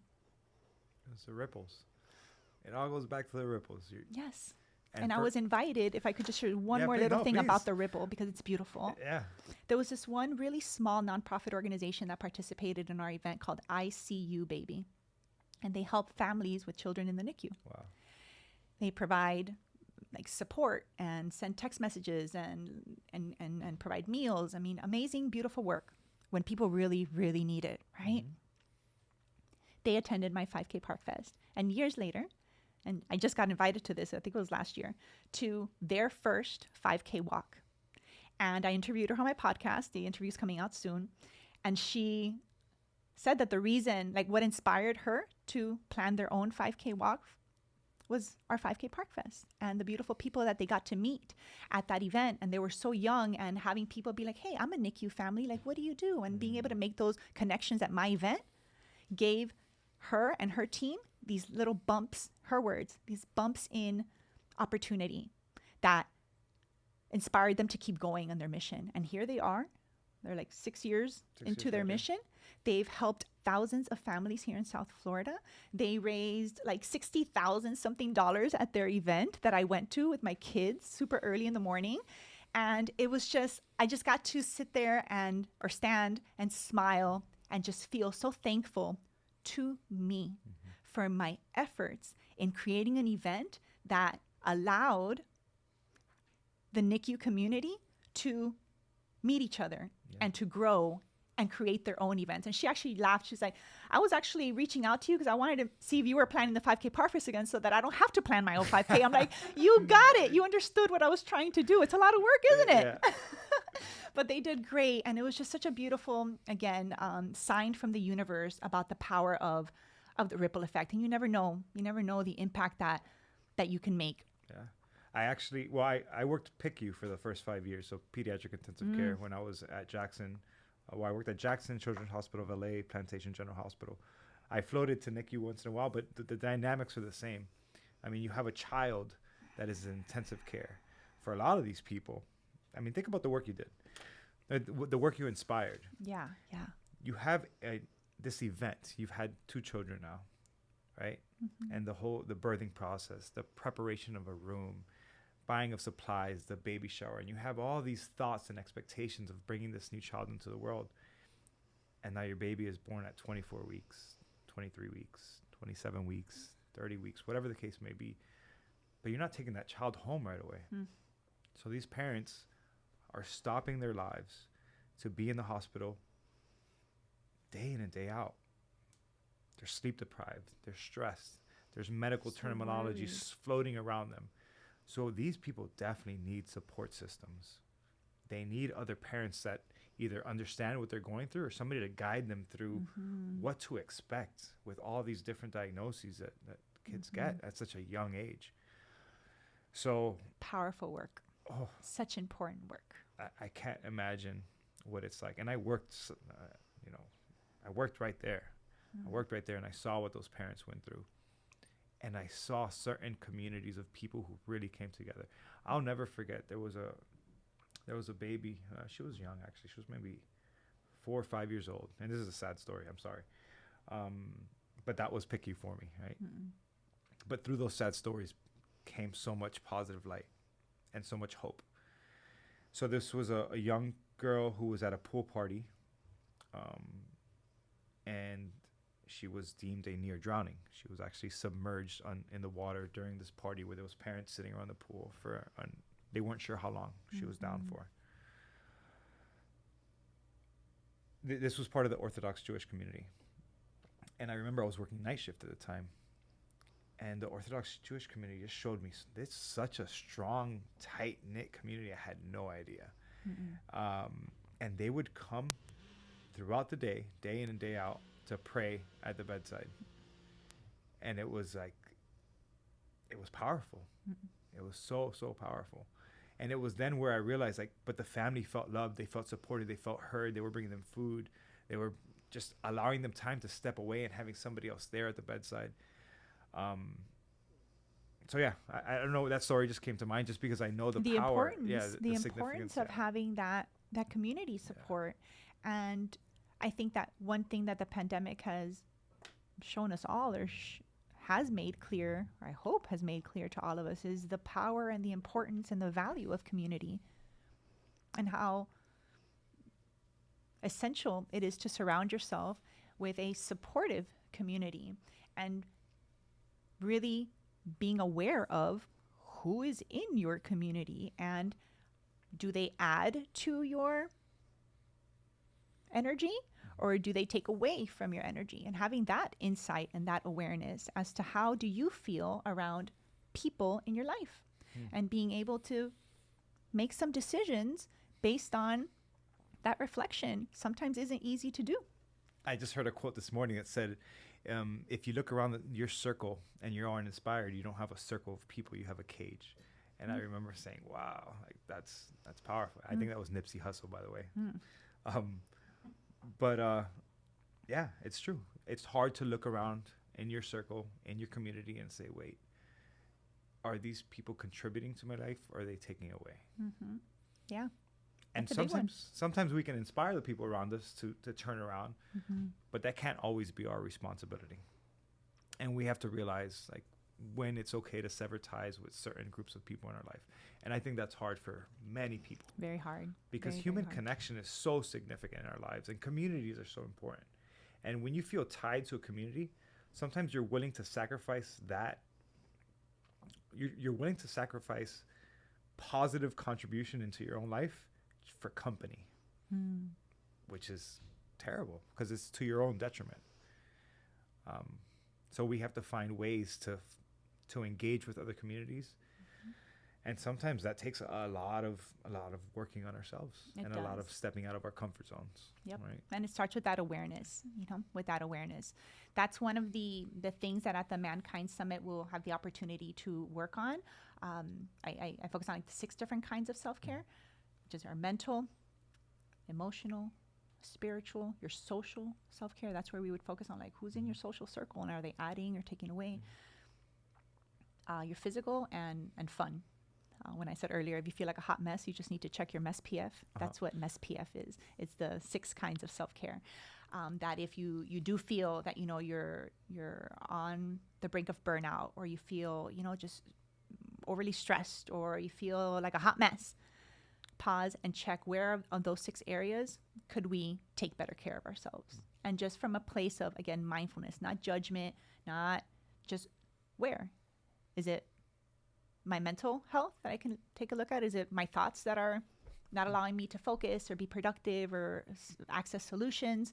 Am I repeating unsupportive thoughts, right? With the emotional, like, how am I feeling? Most people don't, when you ask them, like, how are you feeling? Fine. Okay. Right? We go through, like, we have a broad range of emotions, more than just fine and okay and good. Right? And sometimes I ask, like, how are you? I have an acronym for you. You do? I do. Tell me, I'm so excited. I don't know how excited you'll be, but this was a therapist who gave me this one. Shout out to Randy Frank. She once said, a patient said fine, and she's like, do you know what fine stands for? Fucked up, insecure, neurotic, and emotional. There you go. There's your acronym. Oh my Marty. God. Bleep that. I'm gonna have to write that one down. I'm not sure I'm gonna use that. Most of my content is PG. I'll be at the Man Summit like, hey, I got one for you. No, I'm kidding. The Mankind Summit. That's funny. That's funny. So how cool. The last little thing we haven't spoken about is Hialeah. Hialeah. Hialeah is in the house. Hialeah gets a bad rap. No, progresando. All we're doing here is progresando. That's all we're doing. We're just moving forward. Yes. We're just progressing, right? But it's so cool I'm so proud of being from Hialeah. Yeah. And I'm just proud of, we grew up, okay. every time I've been to Cuba a couple times. Mhm. I've been all over South America. I've been Central America also. And every time I've gone to a Latin American country, I realized like I was blessed to be born in Hialeah because Mm. we grew up in a Latin American country right here in the US. Yeah. And so everywhere I have gone, I have been extremely comfortable in any Latin American country. We got good training. We got exceptional training. Yes. And I think it's taken for granted. And I think Hialeah is often the butt of jokes, Hmm. but people haven't really gone in and If you don't know, seen- you don't know. If you don't know, you You don't. just don't know. It's a special group as Hialeans. I agree. So it's I'm proud to be a fellow Hialean with you, Marley. Yes, ditto. You're doing awesome things in the world. You inspire me, just like you inspire so many people. Thank you so And much. I You can- inspire me too. I can only thank you. I can only encourage you to just keep going. Keep going. And whenever you need to, you already know it's okay to step back, to take a breath, Yes. to catch your breath, Yes. and then to keep trucking forward. I finally learned that. And even though I've learned it, Adrian, every once in a while, I need a reminder too. So thank you today for reminding me and allowing a few moments before we started our podcast to breathe, because that's what we're supposed to be doing for ourselves and for each other. Just like, hey, Take a second. It's okay. it's cool. It's Yeah. okay.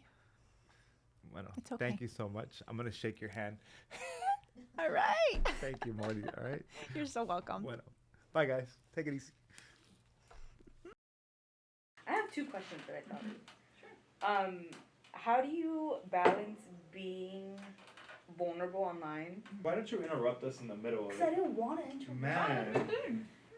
How do you balance being vulnerable and sharing a lot of like your personal life and struggles with being private and keeping like that fine line of like there's only so much that you can tell, but a lot of the time it's your story intertwined with someone else's, so it's I not even your record. privacy, but it's other people's privacy as well. Well, I think that's a really great question, and to make sure that I heard it correctly, is how do you balance being real and grateful and vulnerably sharing while being private? Right. I actually believe I'm an incredibly private person, and I like that about myself. And I have gotten more comfortable with bragging or sharing vulnerably. But I always think of like, what's the purpose? What's the intention of sharing this particular story? So as long as I'm not somebody that vents on social media, nothing against that, but I don't. I have enough self-awareness. I actually only did once, and it was October of 2016 when somebody like blasted me on Facebook about why didn't I go to like a rally, an anti-rally or something. And I let it out. I told that person and anyone else I wanted to know to never invite me to an anti-Trump or anti-Hillary or anti-anything thing, and rather invite me, step up and plan something that's pro-love, pro-kindness, pro-right. And that's the one and only time. It's the one and only time I vented on social media. So I think that I practice good self-awareness and restraint and discernment with what I share. And I think that's always a question that I go through is like, what's really the purpose of sharing this story? Yeah, How is it going to serve? Am I trying to serve myself because I'm just trying to like vent and get it off my chest? Or is it because I'm trying to reach a specific person with a lesson or a story or something that I've gone through? So I really try to just check that intention before. I think I have the same intent. Unknowingly, I think the same thing. Like, I don't get online to just grieve or to voice my grievance. It's more like, who can I help by sharing the story? Right. And I think that means a lot. I think that carries a lot more weight and a lot more value rather than just coming on to complain about something. It's like, It's oh, not no. superfluous, like, No. or, yeah. Or to just air your dirty laundry, as they say. Right. You know, it's like, no. And especially like if what you have to share like involves other people. I was gonna say sometimes your laundry has like a sock of someone else's on. Right, it. and- Like, it's not And always it's not entirely your- and it's not your place to be airing out that sock if it's not your sock. I've had to ask permission before. Right. Yeah. Like, hey, I want to share the story. I think it could be impactful. Me too. Is it okay if I share it? I mean, the reason I'm here in this office is because of my uncle Leo, who suffers from mental illness. That was the the whole reason I became interested, because the person I cared about the most and loved the most in my life, somebody who inspired me since I was a child to be kind, to value education, to be athletic, to be just a man. And my dad was always there, but my Uncle Leo really showed me the way and paved the way. And so I had to ask him for permission. Leo, can I share your story? Because it inspired you, so you feel the call to share yours, but I'm like, it involves someone else. I have a responsibility. And I felt the same exact way with my TED Talk. My 4th grade teacher. Do you think I stayed in touch with my 4th grade teacher all this time? I found her, like old style, the yellow pages or the white pages, the ones with people's names, right? Yeah. And I found her, and I called, and I invited her to come. And that woman, to this day, she looked like almost the same to me as my teacher that I remembered. And she said to me, she's like, not a lot of people make the time to thank their elementary school teachers, right? Like the elementary school teachers, you kind of like, the high school teachers get like mentioned, maybe college professors, right? But rarely like an elementary school teacher. And she's like, Marley, she talks really funny. She's like, Marley, I can step outside right now and the bus can hit me and I'll die. And I know that I made a difference in this world. Thank you for reaching out to me and inviting me. And I was just like, so I asked her for, in essence, permission to share my 4th grade Miss Gyro story on the TED Talk, and gave her the opportunity to be there, to be a part of it, right? And I asked Mr. Plaza, which was my 9th grade, a teacher who inspired me to be a speaker. And in essence, he was the one that kind of inspired me to be an event planner and a fundraiser too, through all my work with the Interact Club. I reached out to him and I was like, thank you. And I put him in the audience because I want to share your story as part of my story. I became a speaker because you forced me. I didn't want to lead these meetings and do this. I wanted to be your secretary. Shout out to Mr. Plaza. I was like, can I just be the secretary? I'm really good at taking notes. He's like, no, I need you to be the president and lead this thing. I'm like, no. It means I have to talk to people and stand in front of the class. I don't want to do that. No thanks. And I think he made a huge difference by just not accepting that, right? Like seeing more in me than I saw in myself in that moment. I wanted to thank him, and he was in the audience, right? So asking permission, right, is also part of, including other people in the story that you're going to share, I think. The other question I had was, how do you balance a personal brand with who you are as a person? Like, does the line ever get blurred where you're like, this is Marley Q, it's not necessarily like Marlene? I love that question. Because I think when I decided to become Marley Q and own that, right? First of all, Marley Q was a nickname that my 6th grade teacher gave me, because my whole life people have had trouble pronouncing my name. My birth name is Marlene de la Caridad Quincoses. Yeah, don't worry about it. Marlene de la Caridad Quincoses. So my name's been butchered my entire life. And one time a teacher's like, can I just call you Marley Q? I didn't know your middle name. That is amazing. And it's de la Caridad. Well, when you talk about identity, I feel that my identity is of charity. De la Caridad. I was born for this. I mean, literally is how I really feel. I know it sounds corny and whatever, but my birthday, September 8th, which was when we launched Park Project, was as a birthday party for a cause in Cuba, which is where my family is from. September 8th is the day of like the patron saint of Cuba, which is La Virgen de la Caridad del Cobre. So my name, my birth, right, is being of charity. And I never knew that De la Caridad meant of charity until I was way older. I'm just like, God, this freaking name. That's really all I thought about my name. I'm like, God, really? Like, it's got to be this whole, it's like 30-something characters in this whole name. And everyone mispronounces it. My name was like a thing until I got this nickname, Marley Q. She's like, can I just call you Marley Q? It's like Susie Q. It's bubbly. It fits you more. And I've never felt more seen. And I'm like, yes. Yes, please. Please call me Marley Q. Please. I love that. And from 6th grade on, some people would call me Marley, and I liked that. So then when I decided to get married, and I didn't change my name right away, it took me a while, and I'm going to legally change my name. I'm going to change it to what I choose. And I chose Marley Q Casanova. So how do I balance, my brand, Marley Q LLC, and myself, Marley Q Casanova, or Marlene de la Caridad Quincoses, is I really see Marley Q as who I aspire to be at my best. Marley Q is awesome. Marley Q is an awesome speaker. Marley Q, when she speaks, she connects with people. And Marley Q is a philanthropist. Like, I can talk about Marley Q as an awesome, inspirational leader. that I can look up to. Like, I have to be able to look at Marley Q and be like, I like that person. I like what she's up to, right? Which means I like myself and what I'm up to because I created Marley Q, right? So I think there isn't like a difference. It is me. The only difference is Marley Q LLC is always like a step above. It's like more like an aspirational, like I need to become the best version of myself. And the best version of myself is Marley Q, because Marley Q is like this evolving brand, this evolving character, right? Like post COVID now, I do virtual events. I'm a virtual event coach. I would have never thought someone that was petrified of hitting record and being on video, which is true, petrified. I'm now doing virtual events and I'm on video all the time. I would have never, like Marlene de la Cara de Quincoses wouldn't have done that, but Marley Q, she can do that. She can do that.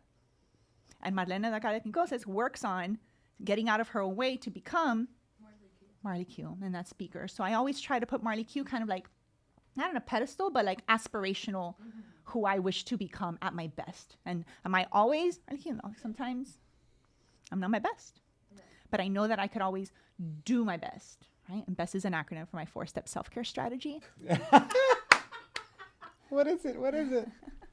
That's so funny. She said, that's so funny. It's like I charge money for my programs.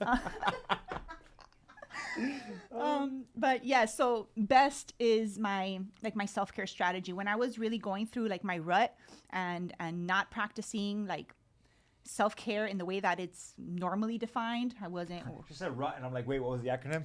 Wait. It's coming. BEST. After I give you the, I have to set it up for you. And I wasn't doing like my consistent yoga practice, and I'm barely sleeping because I have a newborn that for the first 7 months he didn't sleep, and then we got COVID. It was just like I went through a really rough like rut for a little while, and the way that I didn't lose my mind and was still mentally aware now and healthy, I think taking care of myself, was because I was doing my best, and my best is 4 things that absolutely anybody can do to take care of themselves, even if you think you have no extra time, money, energy, all the excuses that you want. Breathe, exercise, sleep, and... She's waiting for us. I love your version of it. Oh, yeah? I really do. I do. You got one right. The B is for breathe. I thought I had them all. 25%. It's an F. Okay, B is... My acronyms are unique. Okay, go. So the B is for breathe. So that's always our anchor. That's step 1. I grew up with asthma, and I think that I was blessed to grow up with asthma because I love breathing. I am grateful for the ability to breathe, and I think most people take breathing for granted. And maybe COVID helped to inspire more people to be grateful for breathing. Yeah. I hope, anyway. It's such an amazing way to like connect it and look at it as like. Yeah, like try to find listen, like let's be like really grateful for just breathing. Like, sorry, you need a mic. You have a lot to contribute. Absolutely. Yeah, no, For real. She sits in here. You need a mic back there, Erica. For real. Order a mic. Anyhow, sorry. No, I think that's great. So breathe is your anchor, and it's always my anchor. I went through that 23-hour excruciatingly painful labor experience that I shared earlier. I got through it without screaming at anyone, without cursing at anyone, without losing my mind, just because I was incredibly focused on breathing. Like, that's all I did. I didn't even speak to anybody else. Anyway, so breathing is super powerful. The E is for experience. So it's actually about being in your present moment experience, using your senses, right? So I walk people through like a guided meditation. If you're breathing, can you tap into how your breath sounds, right? And hear like the sound of your breath and just stay there, or how it feels, right? Like your body like moves and how your clothes feel, right? So just tapping into your present moment experience using your senses. That's the E. The S is for smile. Smile. It is something that we could all do. And when you smile, sure you know this, you release happy chemicals, right, in our brain. So smiling is a beautiful, a kind thing to do for others, but it's really kind to do for yourself. And I realized that I spent most of my life never even looking at myself in the mirror. Like I did today. I put some makeup on for you guys. I put eyeliner. Not even that good because you need to practice eyeliner. But anyway, smile like at yourself, right? And it's a practice that like I've grown to. Now it's just part. Like I just walk to the car. I'm smiling on the way to the car, and people are like, "Why is she smiling?" I'm just giving my brain a happy party right now. Why not? Like, why am I going to like ruminate over things that I'm worried about? Why don't let me just smile and breathe and experience this walk to the car? That's the S, is smile as many times as you can throughout the day. And T is for thank you. Thank you. Have you seen that YouTube video with Snoop Dogg when he thanks himself with the star? Oh, yeah. I want to thank me for believing in me. Yeah. I want to thank me for having no days off. Yeah. I want to thank me. I think that's brilliant. I mean, I think he did it in like a funny way. I was like, yes, he gets it. Like, thank you. Thank you. And you, I put it in caps because it's an acronym as well. It's like an acronym within an acronym. Every single day, if you could have the practice of thanking yourself, others, and the universe. Like, in your daily life, can you have a practice of feeling thankful for you? Like when I leave here and I'm going to walk to my car, I'm going to breathe. I'm going to experience walk to my car. I'm going to smile and be like, thank you. Thank you for making this time to come down today and meet with Adrian and do this thing. Thank you. Like just feeling thankful. Thankful to Adrian, thankful to you for inviting me, and thankful to the universe for this opportunity and for bringing us together after like 20 years that we haven't seen each other, right? Like that doesn't take any extra time. That doesn't take any extra time. That is just something that I'm choosing to do while I'm walking to my car on the way out here. I'm going to do my best. So even if you don't feel that you're doing your best or you feel like a hot mess, just know that you can always just do your best. That's really all you can do and expect of yourself. I'm just doing my best. So when people are like, hey, Marley, what do you do? I just do my best. Okay, I have one last question. I just do my best. I have one last question just because you're talking about doing your best, but then you brushed over going through a bankruptcy. And so how do you do your best through a bankruptcy, right? Oh my gosh. Because so many people, and the reason I'm asking is that I'm not asking you just to be intrusive in your life. I'm asking you because there's so many other people that right now, rents have just gone up $500 for some people, $1,000. Inflation is at an all-time high. So people are struggling from a financial perspective. People will go through bankruptcy. So how can they do their best when they're going through financial disarray? Listen, that's a great question. And in 2013, which is when I went through that experience, I wasn't practicing yoga. I was not on the self-care journey. I did not handle that well or supportive at all. I plowed through it. And I dealt with my own thoughts of feeling like a financial failure and all. Like I didn't, I don't think I went through that in a healthy way in that period of time. I wasn't equipped with the self-care skills that I have now or even the self-awareness. But now, and I lost my business during the pandemic, and my husband lost all his business too during the pandemic, and I was 3 months pregnant. And I had deep self-awareness that I was experiencing stress. I'm like, holy crap, I'm out 60 grand at least, like in the matter of a day, like just boop, gone, because those events aren't happening now. I see no income in the foreseeable future. We were already looking for homes to purchase and move because now we're becoming a family of 4 and I need a bigger place. We had this tiny little apartment in Miami Lakes. And in that moment when I realized, oh crap, like we're in trouble here. We're like financial trouble. And I'm used to being the breadwinner and used to being the one that's like out there and working. And I'm pregnant and I'm sick and I have a toddler that I'm potty training and running around and I'm quarantined in this place. Let me tell you, I had to have a moment. And I cried and I had like, and Bert, my husband, came in the room. I know he was trying to make me feel better and like console me. And I sent him out of the room. I'm like, no, right now I need a moment to like sit with this, like with the reality of what's happening and do my best. And I did. And I breathed. I'm like, holy shit, I'm scared. Like I'm experiencing fear. I'm experiencing worry. I'm experiencing anxiety. I'm experiencing stress. And one of the things that I teach my students is to not say, I am stressed. I'm stressed. I'm stressed out. I'm so stressed. Don't say that. Stop it. I am experiencing stress right now. So when we practice, it's a practice saying, I am experiencing stress. I am experiencing anxiety. I'm experiencing worry. Then it doesn't become your identity. You're not saying that's who I am. I am stressed. I am freaking out. I am. No. Hang on. I'm experiencing, whoa, right? Like this is scaring me. I'm unsure. I'm uncertain. I'm scared. What am I going to do? And I can breathe. I can smile in that moment or stay. Sometimes I use the S and just say stay. Because sometimes in real life, a smile isn't authentic. And even if you fake a smile, you can still get some of those neurotransmitters. But if you don't smile, then just stay with the experience, stay with your breath, stay in that moment because it's all temporary. So just stay there. And I stayed. I just stayed there. And then I said, thank you. And I'm like, you know what? I've been in this situation before where I don't know how I'm going to pay my rent. I don't know how I'm going to pay my bills. I know what this feels like, and I'm feeling it again. And I'm doing my best to deal with this the best I can. Just taking a moment to do that, and I had to do it several times, Of course. allows me the bandwidth, the mental space, the mental clarity, the mental awareness to come up with a solution. If I don't take a moment to do my best and do that little bit of a self-care practice, or take a walk, like whatever you need to do, like take care of yourself so that you can sit with what is mindfully, not good or bad. I want it to be different. Just like, oh, this is what I'm experiencing right now, with mindfulness, with gratitude, because it's going to help you grow somehow. So if I come from that perspective, then I'm like, okay, I can access a solution. I can think of, another problem I can solve. And I pivoted.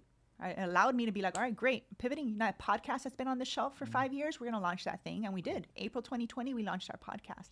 A month later, I created our first course, Best Way to Stress Less, because I was experiencing high level of stress. And I know that I had skills.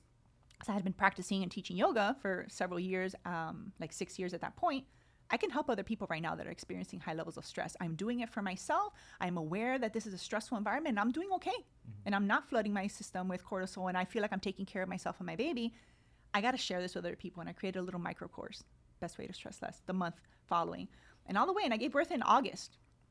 So I was just like doing, trying to just generate a brand new business. I started doing virtual events and virtual workshops, personal professional development training from my living room, pregnant, and doing the camera thing that I hated, and with lights and like record, and my husband like audio and the thing.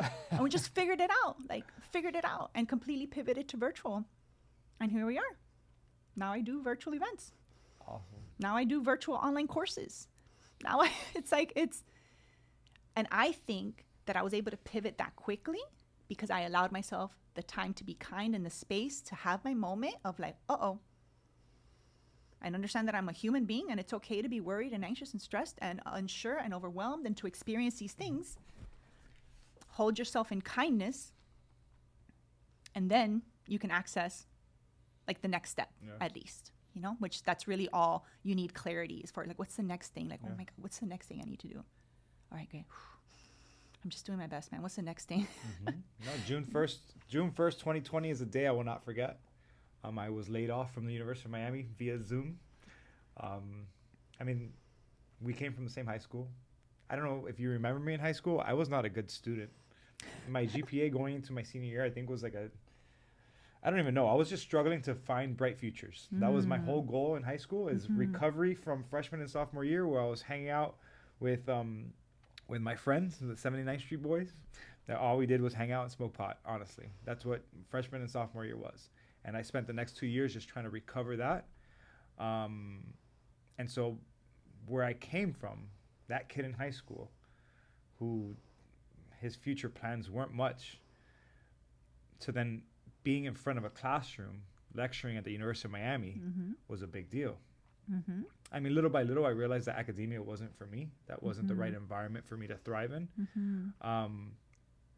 But that Zoom meeting where I thought I was going to be discussing what I was going to be teaching the following semester, which ended up having the dean, the lady from HR, and my immediate boss all present, where I knew, this ain't good. This ain't good.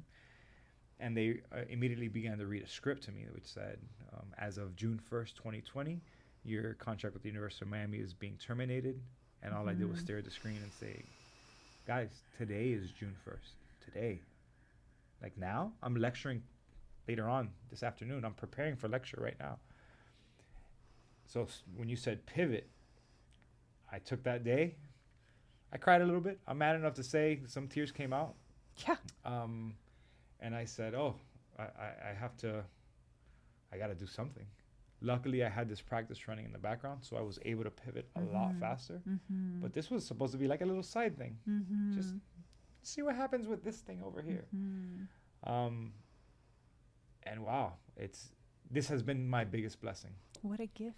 It's been a gift. What a gift to have been let go so that you can fully focus on. So huge. Yeah. So huge. Yeah. And sometimes I think you had the gift of having that come from like the outside in, because sometimes at least for myself, 14 years in business for myself, sometimes I wish that somebody from the outside would be like, oh yeah, can you stop? Yeah, can you stop? Can you quit that Yeah. that you're working on, and like, let's move you over here, right? Yeah. And let's promote you to focus on this. Let's leave that project. You don't have anybody like as a solopreneur kind of giving you that, you know, you just kind of keep, at least for me, I said, I'm stubborn. I just plow through things. With my 5K Park Fest specifically, just plowed through it. I had nobody else be like, listen, you know what, you should probably leave that on the shelf because you're trying to put the cart before the horse. What is it? What's the saying? Putting the cart before the Right. horse, yeah. What the community needs first is education. They need to be educated and empowered, and then let them know that the way to do it is through an event. I was trying to sell the solution before people even know that they have a problem. Yeah. You know, I was like, this event will totally solve your problems, and nobody gets it. They're like, what's in it for, why would I join your 5K if I could just do my own? I'm like, well, that's the point. You don't want to do your own because it's a huge... and you think you know what you're doing. Like, oh, you just need bibs and you have to run outside. Okay. Yeah, okay. Blocking off Okay. streets, police, ambulance. You have no idea what you're doing. Yeah. Like with lovingly and kindness, I just want to tell people, Yeah. you have no idea what you're talking about. Yeah. Like, it's not just it's a lot of moving pieces. And don't you want to, make a difference in like child trafficking? I want you to focus on, Child trafficking. I want you to focus on that. I don't trafficking, want you to focus on doing this 5K and doing something that's completely outside of your realm. Yeah. No. So anyways, I was trying to sell the like solution before it was ready. And sometimes, it's great to have, hey, as of June 1st, you will no longer focus. I had to do it for myself. As of October 2016, you will no longer focus on this. And actually, I didn't do it for myself. I had Bert, I had my husband, who on our 2nd year wedding anniversary sat across from me at the Epic Hotel with champagne in our hands. I'm thinking here, this is like so nice and romantic. And we're about to toast. And he's like, babe, I'm like, what? Like, that got serious. I'm like, what happened? It's like, I don't think that you should continue focusing on Park Project and the 5K Park Fest. I don't want to do it anymore. I want us to focus on starting a family. And all that time that you spend for others, I want you to spend it on us. Yeah. And I had 2 voices going on in that moment. One was the really angry Marley. I was like, throw my champagne at you and be like, how dare you? How dare you tell me to stop doing what I love? Ballsy, Bert. Ballsy. Yeah. How dare you? And I'm sure that was one part, just being really upset, like, how dare you kind of conversation. And the other part was looking at my life partner who's asking me for time, who's asking me to focus on us, who's asking me to start a family, who, knowing him, that conversation has been going on in his mind for months and months, if not years, until he finally, right now, it's like, yo, no more. And I didn't like it at first. And he's like, in that toy drive, I would do this toy drive and I'm driving around all over. Like, it was like so much work from my heart.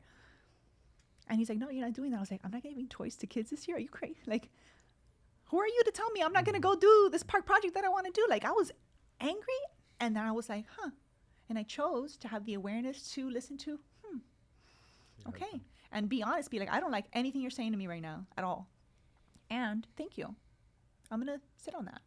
That was that was November of 2016, our 2-year wedding anniversary. We're about to celebrate our 8th year anniversary. We're doing okay. So it didn't end well. It didn't end bad for him. It ended well. It didn't end bad for him. Now we have a family.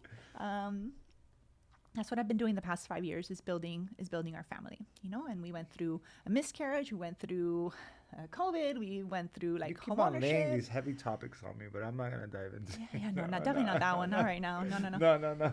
But a lot, a lot, and I feel like I'm coming like out of it, and not even like it's before I'm ready, because I'm like, when am I, like, the kids are still like so demanding, but it's like, no, I feel now that my cup is full. I feel now like, you know what, I'm ready to produce another event. For me, that's my love expression to the world. I create events, is what I do. I wish I didn't, to be honest with you.